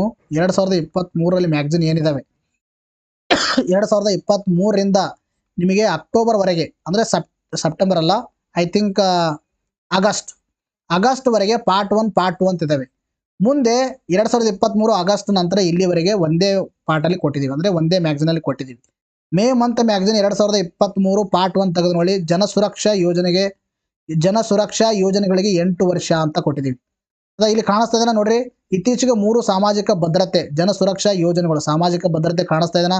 ಜನಸುರಕ್ಷಾ ಯೋಜನೆ, ಪ್ರಧಾನಮಂತ್ರಿ ಸುರಕ್ಷಾ ಬಿಮಾ ಯೋಜನೆ, ಪ್ರಧಾನಮಂತ್ರಿ ಜೀವನ್ ಜ್ಯೋತಿ ಬಿಮಾ ಯೋಜನೆ ಮತ್ತು ಅಟಲ್ ಪಿಂಚಣಿ ಯೋಜನೆಗೆ 8 ವರ್ಷ ಪೂರೈಸಿವೆ.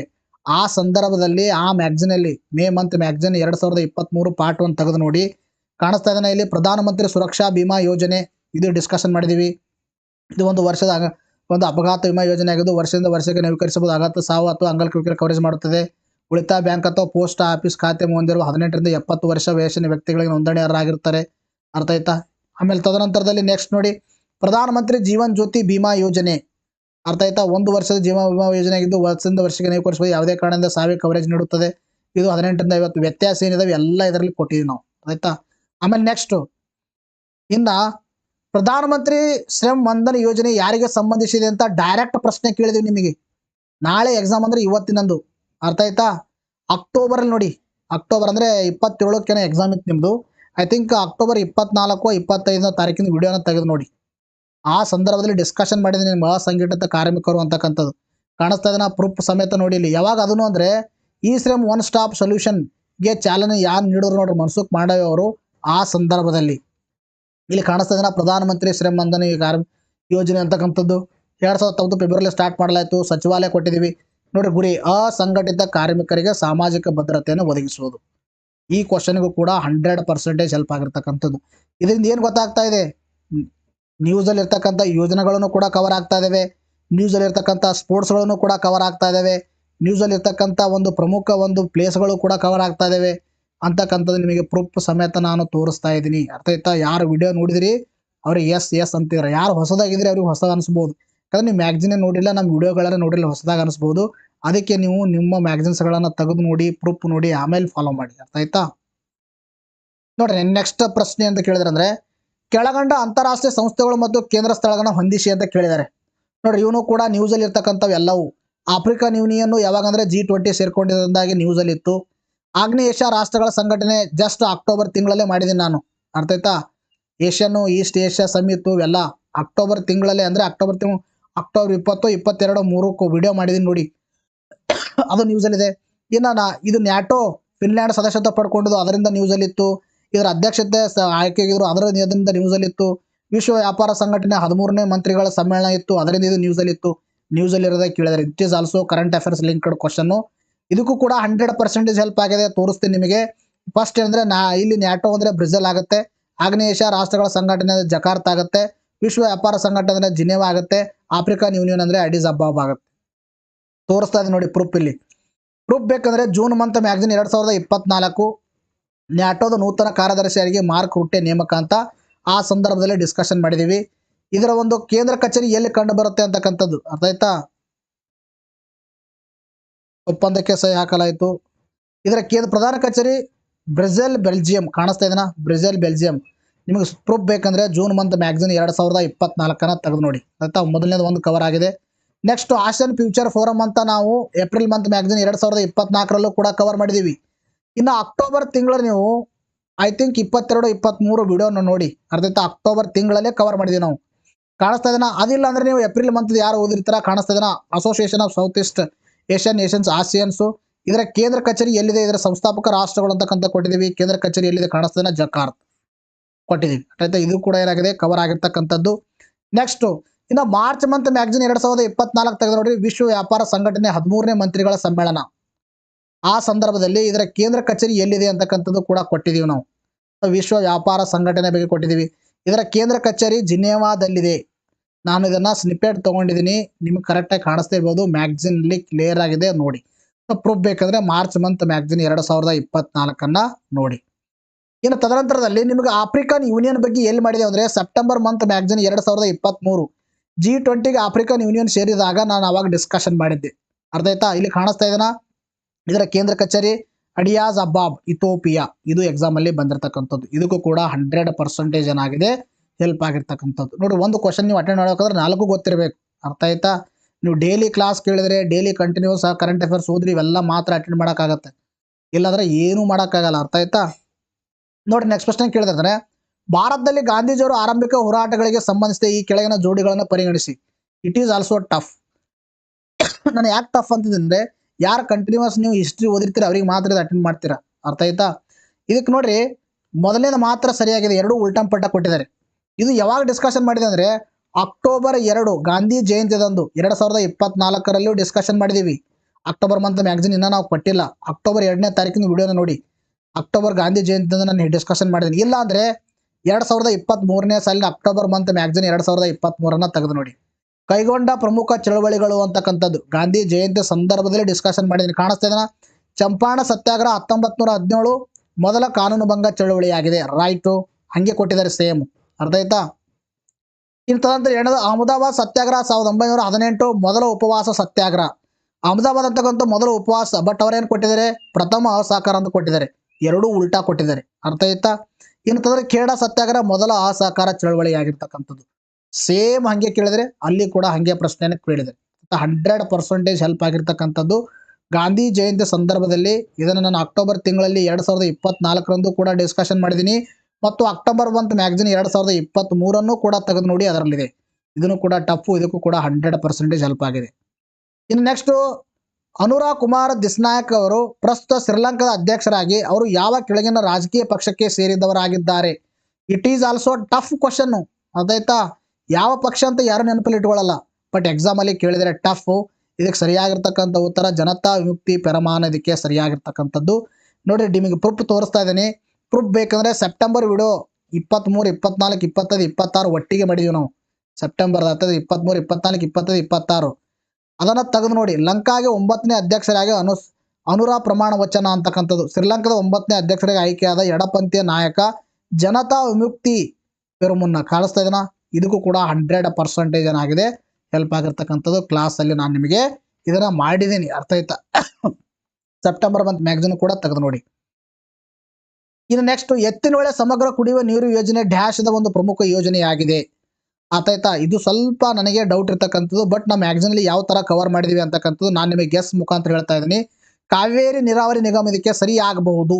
ಯಾಕೆ ನಾನು ಗೆಸ್ ಮಾಡಿದ್ದೀನಿ, ನಾವು ಯಾವ ಥರ ಕೊಟ್ಟಿದ್ದೀವಿ ಅಂತಕ್ಕಂಥ ನಿಮ್ಗೆ ಹೇಳ್ತಾ ಇದ್ದೀನಿ. ಎತ್ತಿನ ಹೊಳೆ ಯೋಜನೆ ಅಂತಕ್ಕಂಥ ಇಲ್ಲಿ ಕೊಟ್ಟಿದ್ದೀವಿ. ಇಲ್ಲಿ ಕಾಣಿಸ್ತಿದೆ ಸಾವಿರಾರು ಕಾರ್ಮಿಕರ ಸ್ಥಳೀಯ ಜನತಾಗರಿ ವೆಚ್ಚ 3 ಪಟ್ಟು ಅನುದಾನ ಫಲವಾಗಿ ಎತ್ತಿನ ಮೊದಲ ಹಂತವನ್ನು ಯಶಸ್ವಿಯಾಗಿ ಉದ್ಘಾಟನೆ ಮಾಡಿದ್ದಾರೆ.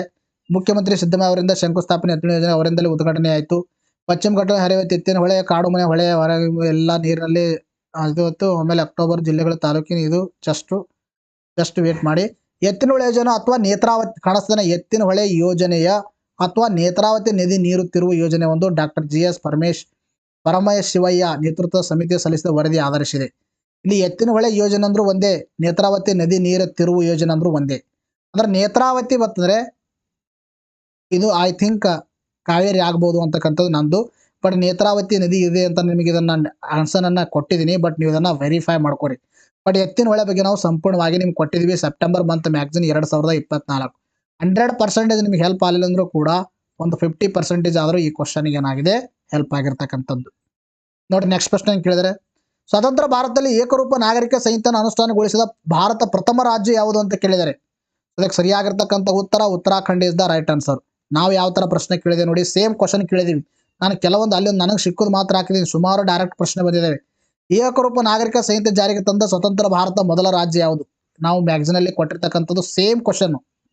ಅದಾಯ್ತಾ, ಉತ್ತರಾಖಂಡ್ ಅಂತ ಮೊದಲೇ ಆಪ್ಷನ್ ಕೊಟ್ಟಿದ್ದೀವಿ. ಇದಕ್ಕೆ ಸರಿಯಾಗಿರ್ತಕ್ಕಂಥದ್ದು ಉತ್ತರಾಖಂಡ್. ಅರ್ಥ ಆಯ್ತಾ? ಇನ್ನು ಫೆಬ್ರವರಿ ಮಂತ್ ಮ್ಯಾಗ್ಝಿನ್ 2024 ತೆಗೆದು ನೋಡಿ, ಏಕರೂಪ ನಾಗರಿಕ ಸಂಹಿತೆ ಮಸೂದೆಗೆ ಒಪ್ಪಿಗೆ ನೀಡಿದ ಉತ್ತರಾಖಂಡ್. ಅರ್ಥ ಆಯ್ತಾ? 100% ಏನಾಗಿದೆ, ಇದಕ್ಕೂ ಕೂಡ ಹೆಲ್ಪ್ ಆಗಿದೆ. ಇದು ಕೂಡ purely current affairs question, purely current affairs. ನೋಡಿ ನೆಕ್ಸ್ಟ್ ಪ್ರಶ್ನೆ, ಈ ಕೆಳಗಿನ ಹೇಳಿಕೆಗಳಲ್ಲಿ ಯಾವುದು ತಪ್ಪಾಗಿದೆ ಅಂತ ಕೇಳಿದ್ದಾರೆ. ಲೋಕಸಭೆ ಸದಸ್ಯರು ತಮ್ಮ ಸಭಾಪತಿಯನ್ನು ಚುನಾಯಿಸುತ್ತಾರೆ, ಸರಿಯಾಗಿದೆ. ರಾಜ್ಯಸಭೆ ಸದಸ್ಯರು ತಮ್ಮ ಸಭಾಧ್ಯಕ್ಷರನ್ನು ಚುನಾಯಿಸುತ್ತಾರೆ, ಇದು ತಪ್ಪಾಗಿರ್ತಕ್ಕಂಥದ್ದು. ಯಾಕಂತಕ್ಕಂತ ಹೇಳ್ತೀನಿ. ವಿಧಾನಸಭೆ ಸದಸ್ಯರು ತಮ್ಮ ಸಭಾಪತಿಯನ್ನು ಚುನಾಯಿಸುತ್ತಾರೆ, ವಿಧಾನ ಪರಿಷತ್ ಸದಸ್ಯರು ತಮ್ಮ ಸಭಾಧ್ಯಕ್ಷರನ್ನು ಚುನಾಯಿಸುತ್ತಾರೆ. ಇಲ್ಲಿ ತಪ್ಪಾಗಿದೆ ಅಂತ ಕೇಳಿದರೆ ಯಾವ ಹೇಳಿಕೆ ತಪ್ಪಾಗಿದೆ ಅಂತಕ್ಕಂಥದ್ದು. ಇಲ್ಲಿ ರಾಜ್ಯಸಭೆಗೆ ಇದು ಸರಿಯಾಗಿರತಕ್ಕಂಥದ್ದು.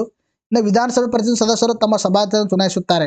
ಇಲ್ಲಿ ಏನಾದ್ರೆ ಆಟೋಮೆಟಿಕಲಿ ರಾಜ್ಯಸಭೆಗೆ ಆಯ್ಕೆ ಆದರೆ ಅವ್ರು ಏನಾಗಿರ್ತಾರೆ ಅಂದ್ರೆ ಚೇರ್ಮನ್ ಆಗಿ ಆಯ್ಕೆ ಆದರೆ ಅವರು ಉಪರಾಷ್ಟ್ರಪತಿ ಆಗಿರ್ತಾರೆ. ಇದು ಕರೆಕ್ಟು. ಮೋಸ್ಟ್ಲಿ 4ನೇದು ತಪ್ಪಿದೆ. ಆಯ್ತಾ, ಅದು ತೋರಿಸ್ತಾ ಇದೆ ನೋಡಿ ಇಲ್ಲಿ. 14ನೇ ಉಪರಾಷ್ಟ್ರಪತಿ ಆಗಿ ಜಗದೀಪ್ ಧನಕರ್ ಆಯ್ಕೆ.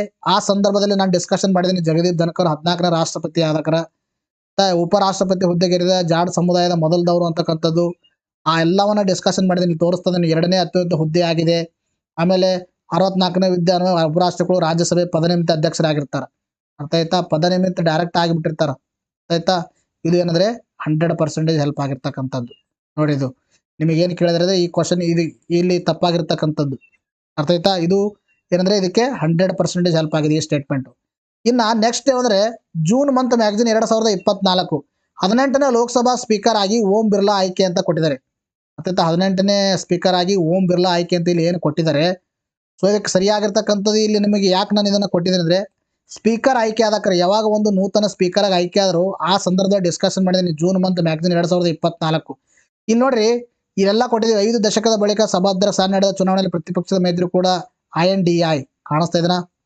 INDI ಇದ್ರ ಮೇಲೆ ಒಂದು ಪ್ರಶ್ನೆ ಕೇಳಿದರೆ, ಅಭ್ಯರ್ಥಿ ಸುರೇಶ್ ಅವರನ್ನ ಸೋಲಿಸಿದ INDII ಅವರು ಸತತ 2ನೇ ಬಾರಿಗೆ ಸ್ಪೀಕರ್ ಸ್ಥಾನವನ್ನು ಅಲಂಕರಿಸಿದರು. ಕಾಂಗ್ರೆಸ್ ಬಲರಾಮ್ ಜಾಖಡ್ 1890ರಿಂದ ಇವರು ಆಗಿದ್ರು ಅಂತಕ್ಕಂಥ ಕೊಟ್ಟಿದ್ದೀವಿ. ಸಂವಿಧಾನದ 93ನೇ ವಿಧಿಯ ಒಂದು ಲೋಕಸಭಾ ಸ್ಥಾನಕ್ಕೆ ಅವಕಾಶ ಕಲ್ಪಿಸಿದೆ ಅಂತ ಕೊಟ್ಟಿದ್ದೀವಿ. ಲೋಕಸಭೆ ಸದಸ್ಯರ ಮೊದಲ ಅಧಿವೇಶನದಲ್ಲಿ ತಮ್ಮಲ್ಲೇ ಒಬ್ಬರನ್ನ ಸಭಾಧ್ಯಕ್ಷರನ್ನೇ ಕಾಣಿಸ್ತಾ ಇದೆ. ಇದು ಸ್ಟೇಟ್ಮೆಂಟ್ ಲಾಸ್ಟ್ ನೋಡಿ. ಲೋಕಸಭೆ ಸದಸ್ಯರು ಮೊದಲನೇ ಅಧಿವೇಶನದಲ್ಲಿ ತಮ್ಮಲ್ಲೇ ಒಬ್ಬರನ್ನ ಸಭಾಧ್ಯಕ್ಷರಾಗಿ ನೇಮಿಸ್ತಾರೆ. ಅದರ ಅರ್ಥ ಏನಾಯ್ತು? ಇಲ್ಲಿ ಸ್ಟೇಟ್ಮೆಂಟು ಮೊದಲನೇ ಸ್ಟೇಟ್ಮೆಂಟ್ ಕವರ್ ಆಯಿತು, 2ನೇ ಸ್ಟೇಟ್ಮೆಂಟ್ ಕವರ್ ಆಯಿತು. ಅರ್ಥ ಆಯ್ತಾ? 2ನೇ ಸ್ಟೇಟ್ಮೆಂಟ್ ಕವರ್ ಆಯಿತು. 2ನೇ ಸ್ಟೇಟ್ಮೆಂಟ್ ಕವರ್ ಆಯ್ತು ಏನಂದ್ರೆ ನಮಗೆ ಆನ್ಸರ್ ಬಂದಿವಿ. ಯಾಕಂದ್ರೆ 2ನೇ ಆನ್ಸರ್ ಕ್ವಶನ್ ತಪ್ಪಾಗಿದೆ. ಇದರಲ್ಲಿ ರಾಜ್ಯಸಭೆ ಸದಸ್ಯರು ತಮ್ಮ ಸಭಾಧ್ಯಕ್ಷರನ್ನು ಚುನಾವಣೆ ಮಾಡಲ್ಲ, ಉಪರಾಷ್ಟ್ರಪತಿಯನ್ನು ಆಯ್ಕೆ ಮಾಡ್ತಾರ. ಯಾರು ಉಪರಾಷ್ಟ್ರಪತಿ ಆದ್ರೆ ಅವ್ರು ಆಟೋಮೆಟಿಕಲ್ ಆಗಿ ಏನಾಗಿರ್ತಾರ, ರಾಜ್ಯಸಭೆಯ ಪದನಿಮಿತ್ತ ಅಧ್ಯಕ್ಷರು ಆಗಿರ್ತಾರೆ. ಸೊ ಇದಕ್ಕೆ ತಪ್ಪಾಗಿರ್ತಕ್ಕಂಥದ್ದು 2ನೇ ಆಪ್ಷನ್, 4ನೇ ಆಪ್ಷನ್ ಅಲ್ಲ. ಸ್ವಲ್ಪ ನಾನು ಕನ್ಫ್ಯೂಸ್ ಆದ. ಅರ್ಥ ಆಯ್ತಾ? 2ನೇದು. ಇದಕ್ಕೂ ಕೂಡ ಏನಾಗಿದೆ 100% ಹೆಲ್ಪ್ ಆಗಿರ್ತಕ್ಕಂಥದ್ದು. ಪ್ರೂಫ್ ಸಮೇತ ನಿಮಗೆ ತೋರಿಸಿದ್ದೀನಿ ನಾನು. ನೆಕ್ಸ್ಟ್, ಪಂಚಾಯತ್ ಚುನಾವಣೆ ಮೇಲುಸ್ತುವಾರಿ ಮಾಡುವ, ನಿರ್ದೇಶನ ನೀಡುವ ಹಾಗೂ ಚುನಾವಣೆ ನಡೆಸುವ ಅಧಿಕಾರ ಬಲ್ಲಿದೆ. ಯಾರು ಬಲ್ಲಿದೆ ಅಂತ ಕೇಳಿದ್ರೆ ಪಂಚಾಯತ್ ಚುನಾವಣೆ. ಅದಕ್ಕೆ ಸರಿಯಾಗಿರ್ತಕ್ಕಂಥ ಉತ್ತರ ರಾಜ್ಯ ಚುನಾವಣಾ ಆಯೋಗಕ್ಕೆ ಸರಿಯಾಗಿರ್ತಕ್ಕಂಥ ಉತ್ತರವಾಗಿದೆ. ಅರ್ಥ ಆಯ್ತಾ? ರಾಜ್ಯ ಚುನಾವಣಾ ಆಯೋಗ ಇಲ್ಲಿ ತೋರಿಸ್ತಾ ಇದೆ ನೋಡಿ. ಪ್ರೂಫ್ ಬೇಕಂದ್ರೆ ಜೂನ್ ಮಂತ್ ಮ್ಯಾಗ್ಝಿನ್ 2024 ನೋಡಿ. ಕರ್ನಾಟಕ ಚುನಾವಣಾ ಆಯುಕ್ತರಾಗಿ GS ಸಂಗ್ರೇಶ್ ನೇಮಕ ಆದಕ್ರೆ ಹೇಳಿದೆ ನಿಮಗೆ. ಆ ಸಂದರ್ಭದಲ್ಲಿ ರಾಜ್ಯ ಚುನಾವಣಾ ಆಯೋಗದಲ್ಲಿ ಇದು ಗ್ರಾಮೀಣ ಮತ್ತು ನಗರ ಸ್ಥಳೀಯ ಸಂಸ್ಥೆಗಳಿಗೆ ಚುನಾವಣೆಯನ್ನು ನಡೆಸ್ತದೆ. ಮೊದಲನೇ ಸ್ಟೇಟ್ಮೆಂಟ್ ರಾಜ್ಯ ಚುನಾವಣೆ ಎಕ್ಸ್ಪ್ಲೇನ್ ಮಾಡುವಾಗ. ಇದು ಜೂನ್ ಮಂತ್ ಮ್ಯಾಗಜಿನ್ 2024 ತೆಗೆದು ನೋಡಿ. ಇದಕ್ಕೂ ಕೂಡ 100% ಏನಾಗಿದೆ ಹೆಲ್ಪ್ ಆಗಿರ್ತಕ್ಕಂಥದ್ದು. ಇನ್ನು ನೆಕ್ಸ್ಟ್ ಪ್ರಶ್ನೆ ನೋಡಿ, ಭಾರತ ಸ್ವತಂತ್ರ ಚಳುವಳಿಯ ಕಾಲದ ಕ್ರಾಂತಿ ಸಂಘಟನೆ HRA ಒಂದು ವಿಸ್ತೃತ ರೂಪ ಯಾವುದು ಅಂತ ಕೇಳ್ತಾನೆ. HRA Hindustan republic association. ಇದು ಯಾವಾಗ ಅಂದ್ರೆ ಮಾರ್ಚ್ 23 ಶಹೀದ್ ದಿವಸ್ ಸಂದರ್ಭದಲ್ಲಿ ನಾನು ಡಿಸ್ಕಷನ್ ಮಾಡಿದ್ದೀನಿ. ಭಗತ್ ಸಿಂಗ್ ಅವರು 3 ಏನು ಶಹೀದ್ ಆಚರಣೆ ಮಾಡ್ತೀವಿ, ರಾಜಗುರು ಸುಖದೇವ್ ಆ ಸಂದರ್ಭದಲ್ಲಿ ಪ್ರೂಫ್ ನಿಮಗೆ ತೋರಿಸ್ತಾ ಇದ್ದೀನಿ. ಮಾರ್ಚ್ ಮಂತ್ ಮ್ಯಾಗಜಿನ್ 2024 ತೆಗೆದು ನೋಡಿ. ಹಿಂದೂಸ್ತಾನ್ ರಿಪಬ್ಲಿಕ್ ಅಸೋಸಿಯೇಷನ್ ಆಯ್ತಾ, HRA ಎಕ್ಸಾಮ್ ಅಲ್ಲಿ ಬಂದಿರತಕ್ಕಂಥದ್ದು. ಇಲ್ಲಿ ಬ್ರಾಕೆಟ್ ಅಲ್ಲಿ ನಾವು HRA ಕೊಟ್ಟಿಲ್ಲ ಅಷ್ಟೇ, ನೀವು ಕನ್ಫ್ಯೂಸ್ ಆಗುವಂತಿಲ್ಲ ಅಲ್ಲಿ. ಅರ್ಥ ಆಯ್ತಾ. 100% ಏನಾಗಿದೆ ಇದಕ್ಕೂ ಕೂಡ ಹೆಲ್ಪ್ ಆಗಿರ್ತಕ್ಕಂಥದ್ದು. ಈ ಕ್ವಶನ್ ಕೂಡ ಪ್ರೂಫ್ ಬೇಕಂದ್ರೆ ಮಾರ್ಚ್ ಮಂತ್ ಮ್ಯಾಗಜಿನ್ 2024 ತೆಗೆದು ನೋಡಿ. ಈ ಕೆಳಗಡೆ ಯಾವ ಜೋಡಿ ಬೆಳಗಾವಿ ಮ್ಯಾಜಿನಿಕ್ ಕ್ಲಬ್ ಕ್ರಾಂತಿಯನ್ನು ಸಂಘಟನೆ ಸ್ಥಾಪಿಸಿದ್ರು ಅಂತ ಕೇಳಿದ್ದಾರೆ. ಅದಕ್ಕೆ ಸರಿಯಾಗಿರ್ತಕ್ಕಂಥ ಉತ್ತರ ಯಾವುದಂದ್ರೆ ಗೋವಿಂದರಾವ್ ಯಾಳಗಿ ಮತ್ತು ಹನುಮಂತರಾವ್ ದೇಶಪಾಂಡೆ. ಇದಕ್ಕೆ ಸರಿಯಾಗಿರ್ತಕ್ಕಂಥ ಉತ್ತರ. ಇದು ಯಾವಾಗ ಕವರ್ ಮಾಡಿದೆ ಅಂದ್ರೆ ನಾವು ಕರ್ನಾಟಕ ರಾಜ್ಯೋತ್ಸವ ಸಂದರ್ಭದಲ್ಲಿ ಕರ್ನಾಟಕದ ಬ್ರೀಫ್ ಆಗಿ ಹಿಸ್ಟ್ರಿ ಕೊಟ್ಟಿದ್ದೀವಿ ನಾವು. ಎದರಲ್ಲಿ ಅಂದ್ರೆ ನವೆಂಬರ್ ಮಂತ್ ಮ್ಯಾಗಜಿನ್ ಅಲ್ಲಿ. ಅದು ತೆಗೆದು ನೋಡಿ ನಿಮ್ಗೆ ಗೊತ್ತಾಗುತ್ತೆ. ನವೆಂಬರ್ ಮಂತ್ ಮ್ಯಾಗಜಿನ್ 2023 ತೆಗೆದು ನೋಡಿ. 1907ರಲ್ಲಿ ಮ್ಯಾಜಿನಿಕ್ ಕ್ಲಬ್ ಎಂಬ ರಹಸ್ಯ ಸಂಘ ಸ್ಥಾಪಿಸಿದರು ಗೋವಿಂದರಾವ್ ಯಾಳಗಿ ಮತ್ತು ಹನುಮಂತರಾವ್ ದೇಶಪಾಂಡೆ. ಅರ್ಥ ಆಯ್ತಾ, ಕವರ್ ಆಗಿದೆ. 100% ಹೆಲ್ಪ್ ಆಗಿದೆ. ಪ್ರೂಫ್ ಬೇಕಂದ್ರೆ ನವೆಂಬರ್ ಮಂತ್ ಮ್ಯಾಗಜಿನ್ 2023 ನೀವು ತೆಗೆದು ನೋಡಿ. ಅರ್ಥ ಆಯ್ತಾ. ಇನ್ನು ಸುಮಾರು ಕ್ವಶನ್ಸ್ಗಳು ಕವರ್ ಆಗಿದ್ದಾವೆ. ಅರ್ಥ ಆಯ್ತಾ. ಅವೆಲ್ಲ ಇಲ್ಲಿ ತೋರಿಸ್ತಾ ಇದೆ ನಿಮಗೆ. 18ನೇ ಲೋಕಸಭೆ ಅತ್ಯಂತ ಹೆಚ್ಚು ಸಂಸದ ಹೊಂದಿರೋ ಪಕ್ಷ ಯಾವುದು ಅಂತ ಕೇಳಿದರೆ ನೋಡ್ರಿ, ನೀವು ಸುಮಾರು ಜನ ಮಾಡ್ತಾರೆ BJP ಅಂತ ಟಿಕ್ ಮಾಡ್ತೀರಿ. BJP ತಪ್ಪು. BJP ಸೇರಿದ ಮೈತ್ರಿ ಒಕ್ಕೂಟ, ದ್ಯಾಟ್ ಈಸ್ NDA ಇದಕ್ಕೆ ಸರಿಯಾಗಿರ್ತಕ್ಕಂಥ ಉತ್ತರ ಆಗಿರ್ತಕ್ಕಂಥದ್ದು. ಇದು ಯಾವಾಗ ಎಕ್ಸ್ಪ್ಲೇನ್ ಮಾಡಿದೇವೆ ಅಂದ್ರೆ ನರೇಂದ್ರ ಮೋದಿ 3ನೇ ಬಾರಿಗೆ ಪ್ರಧಾನಮಂತ್ರಿಯಾಗಿ ಏನು ಆಯ್ಕೆ ಆದರೂ ಆ ಸಂದರ್ಭದಲ್ಲಿ ಇದನ್ನು ನಾವು ಡಿಸ್ಕಷನ್ ಮಾಡಿದ್ದೀವಿ. ಅರ್ಥ ಆಯ್ತಾ. ಇದಕ್ಕೂ ಕೂಡ ಏನಾಗಿದೆ 100% ಹೆಲ್ಪ್ ಆಗಿರ್ತಕ್ಕಂಥದ್ದು. ನೆಕ್ಸ್ಟ್ ದೀಪಂ ಇದರ ಪೂರ್ಣ ರೂಪ. ದೀಪಂ ಯಾವಾಗ ಡಿಸ್ಕಷನ್ ಮಾಡಿದೀವಿ ಅಂತಕ್ಕಂಥ ನಿಮಗೆ ಹೇಳ್ತಾ ಇದ್ದೀನಿ. ಇವೆಲ್ಲ ನಾನು ನೋಡಕ್ ಹೋಗಿಲ್ಲ, ಇವೆಲ್ಲ ಕವರ್ ಆಗಿದ್ದಾವೆ. 1 ಲೈನರ್ಸ್ ಅಲ್ಲಿ ಕೂಡ ಕವರ್ ಆಗಿದ್ದಾವೆ. ಮತ್ತು ಯಾವಾಗಂದ್ರೆ ನವರತ್ನ ಮತ್ತು ಮಹಾರತ್ನ ಸ್ಟೇಟಸ್ ಕೊಟ್ಟಾಗ ಅದಾವ ಕವರ್ ಮಾಡಿದ್ವಿ ದೀಪಂ ಅಂತಕ್ಕಂಥದ್ದು. ಇನ್ನು next national means cum merit scholarship ಇದು ಕವರ್ ಮಾಡಿದೀವಿ. ವಿದ್ಯಾಜಲಿ ಇದು ಗೊತ್ತಿಲ್ಲ, ಇದು ಮಾಡಿಲ್ಲ ನಾವು ಥಿಂಕು. ಉನ್ನತ ಭಾರತ ಅಭಿಯಾನ ಮಾಡಿದೀವಿ, ಪ್ರಗತಿ ಮಾಡಿದೀವಿ. ಯಾರ ಕ್ಲಾಸ್ ಕೇಳಿದ್ರೆ ಅವ್ರಿಗೆಲ್ಲ ಗೊತ್ತಾಗುತ್ತೆ. ಅರ್ಥ ಇವೆಲ್ಲ ನಾವು ಮಾಡಿರ್ತಕ್ಕಂಥದ್ದು. ನಾನು ಹುಡುಕಾಕಾಗಿಲ್ಲ, ಸುಮಾರು ಜನ ಕಳಿಸಿಲ್ಲ ಇವು ಸ್ಕ್ರೀನ್ಶಾಟ್. ನಮ್ಮ ಒಂದು ಹುಡುಗರು ಯಾರು ನೋಡಿದಾರೆ ಅವರು, ಸೊ ಅವೆಲ್ಲ ಕಳಿಸಿಲ್ಲ, ನಾನು ನೋಡಿಲ್ಲ. ಬಟ್ ನಾವು ಮಾಡಿದೀವಿ. ಅರ್ಥ ಆಯ್ತಾ. ಮ್ಯಾಗಜಿನ್ ಅನ್ನು ತೆಗೆದು ನೋಡಿಲ್ಲ. ಇನ್ನು GPS ಸಂಕೇತಗಳ ನಿಖರತೆ ವಿಶ್ವಾಸ ಹೆಚ್ಚಿಸಲು ಭಾರತ ವಿಮಾನ ನಿಲ್ದಾಣ ಪ್ರಾಧಿಕಾರ ಹಾಗೂ ಭಾರತೀಯ ಬಾಹ್ಯಾಕಾಶ ಸಂಶೋಧನಾ ಸಂಸ್ಥೆ ಜಂಟಿಯಾಗಿ ಅಭಿವೃದ್ಧಿಪಡಿಸಿದ ವ್ಯವಸ್ಥೆ ಹೆಸರು ಏನಂದ್ರೆ ಗಗನ. ಅರ್ಥ ಗಗನ ಇದಕ್ಕೆ ಸರಿಯಾಗಿರ್ತಕ್ಕಂಥದ್ದು. ಡಿಜಿ ಯಾತ್ರಾ ಬಗ್ಗೆ ಮಾಡಿದೀವಿ, ಸುಗಮ್ಯ ಭಾರತ ಅಭಿಯಾನ ಬಗ್ಗೆ ಮಾಡಿದೀವಿ. ಅರ್ಥ ಆಯ್ತಾ. ಇದು ಒಂದ್ರ ಬಗ್ಗೆ ಮಾಡಿಲ್ಲ ನಾವು. ಇದು ನಮಗೆ ಕವರ್ ಮಾಡಿರ್ತಕ್ಕಂಥದ್ದು, ತೋರಿಸ್ತಾ ಇರ್ತಕ್ಕಂಥದ್ದು. ನೆಕ್ಸ್ಟ್ ಕರ್ನಾಟಕ ರೈಲಿಗೆ ಸಂಬಂಧಿಸಿ ಕೆಳಗಂಡ ಯಾವ ಹೇಳಿಕೆ ಸರಿಯಿಲ್ಲ. ಕೊಂಕಣ ರೈಲ್ ಬಗ್ಗೆ ನೀವು ನೋಡಿ ತೆಗೆದು ನೋಡಿ ಯಾವುದು ಸರಿಯಿಲ್ಲ ಅಂತ ಕೇಳಿದರೆ ಇದಕ್ಕಿದೇ ಸರಿಯಿಲ್ಲ. ಅರ್ಥ ಆಯ್ತಾ. 98ರಲ್ಲಿ ಚಾಲು ಆಗೋದು ಕೊಂಕಣ ರೈಲು ಅಂತ ಸಂದರ್ಭದಲ್ಲಿ ನಾನು ಹೇಳಿದ್ದೀನಿ. ಯಾರೋ ಶ್ರೀಧರ್ ಅಂತಕ್ಕಂಥವ್ರನ್ನ ಪಿತಾಮಹ ಅಂತ ಕರಿತೀವಿ, ನೀವು ತೆಗೆದು ನೋಡಿ ಮ್ಯಾಕ್ಸಿಮಮ್. ಅರ್ಥ ಆಯ್ತಾ. ಇನ್ನು ಇದು 14ನೇ ವಿಧಿ ಕವರ್ ಮಾಡಿದೀವಿ. ಇನ್ನು ಅಲ್ಪಸಂಖ್ಯಾತರ ದಿನ ಸಂದು 30ನೇ ವಿಧಿ ಕವರ್ ಮಾಡಿದೀವಿ. ತದನಂತರದಲ್ಲಿ ಈ ಒಂದು ಅಸ್ಪೃಶ್ಯ ರದ್ದತಿ ಇದ್ರ ಬಗ್ಗೆನೂ ಕೂಡ ಕವರ್ ಮಾಡಿದೀವಿ.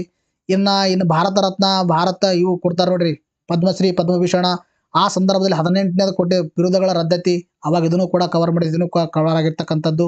ನೆಕ್ಸ್ಟ್ ವಜ್ರಕ್ಕೆ ಸಂಬಂಧಪಟ್ಟಂತೆ ಯಾವ ಹೇಳಿಕೆ ಸರಿಯಾಗಿದೆ. ಅರ್ಥ ಆಯ್ತಾ. ಇದು ಯಾವಾಗ ಕವರ್ ಮಾಡಿದೆ ಅಂದ್ರೆ ವಜ್ರ ಪತ್ತೆ ಆಯ್ತು ನೋಡ್ರಿ, ಇದು ಒಂದು 2ನೇ ಅತಿ ದೊಡ್ಡ ವಜ್ರ, ಆ ಸಂದರ್ಭದಲ್ಲಿ ಇದು ಕವರ್ ಮಾಡಿದೀವಿ. ಕ್ಲಾಸಲ್ಲಿ ಎಕ್ಸ್ಪ್ಲೇನ್ ಮಾಡಿದ್ದೀನಿ ನಿಮಗೆ ನಾನು. ಅರ್ಥ ಆಯ್ತಾ. ಸುಮಾರು ಇಷ್ಟು ಕ್ವಶನ್ಸ್ಗಳು ನಾವೇನು ಮಾಡಿದೀವಿ, ಕವರ್ ಮಾಡಿದೀವಿ ನೋಡ್ರಿ. ನಿಮಗೆ ಎಷ್ಟಂದ್ರೆ ಒಂದು 30ರಿಂದ 35 ಕ್ವಶನ್ಸ್ಗಳಿದ್ದಾವೆ. ನಾನು ಸಿಕ್ಕಿದಷ್ಟೇ ಹಾಕಿದ್ದೀನಿ. ಅರ್ಥ ಆಯ್ತಾ. ಸಿಗಲಾರ್ದು ಸುಮಾರು 30ರಿಂದ 35 ಕ್ವಶನ್ಸ್ಗಳು ನಾವು ಮಾಡಿರ್ತಕ್ಕಂಥ ಅನಲೈಸಿಸ್ ಬಂದಿದೆ. ನಿಮ್ಮಿಂದ ಯಾವುದೂ ಎಕ್ಸ್ಪೆಕ್ಟೇಷನ್ ಬಯಸದೆ, ನಿಮ್ಮಿಂದ ಅಮೌಂಟ್ ಏನು ತೊಗೊಳ್ಳದೆ ಫ್ರೀ ಆಫ್ ಕಾಸ್ಟಲ್ಲಿ ಇಂಥ ವಿಡಿಯೋಸ್ಗಳು ಮಾಡ್ತಾ ಇದ್ದೀವಿ, ನಿಮಗೋಸ್ಕರ ಮಾಡ್ತಾ ಇರ್ತೀವಿ. ವಿಡಿಯೋಸ್ಗಳನ್ನು ನಿಮ್ಮ ಫ್ರೆಂಡ್ಸ್ಗಳಿಗೂ ಶೇರ್ ಮಾಡಿ ಅಂತಕ್ಕಂಥದ್ದು ಹೇಳುತ್ತಾ ಸ್ಪೆಸಿಫಿಕಲಿ ಇವತ್ತಿನ ವಿಡಿಯೋ ಶೇರ್ ಮಾಡಿ ಅಂತ ಹೇಳುತ್ತಾ ಇವತ್ತಿನ ವಿಡಿಯೋನ ಮುಗಿಸ್ತಾ ಇದ್ದೀನಿ. ಮತ್ತೆ ಮುಂದಿನ ವಿಡಿಯೋದಲ್ಲಿ ಭೇಟಿ ಆಗ್ತೀನಿ friends. Thank you, take care, bye.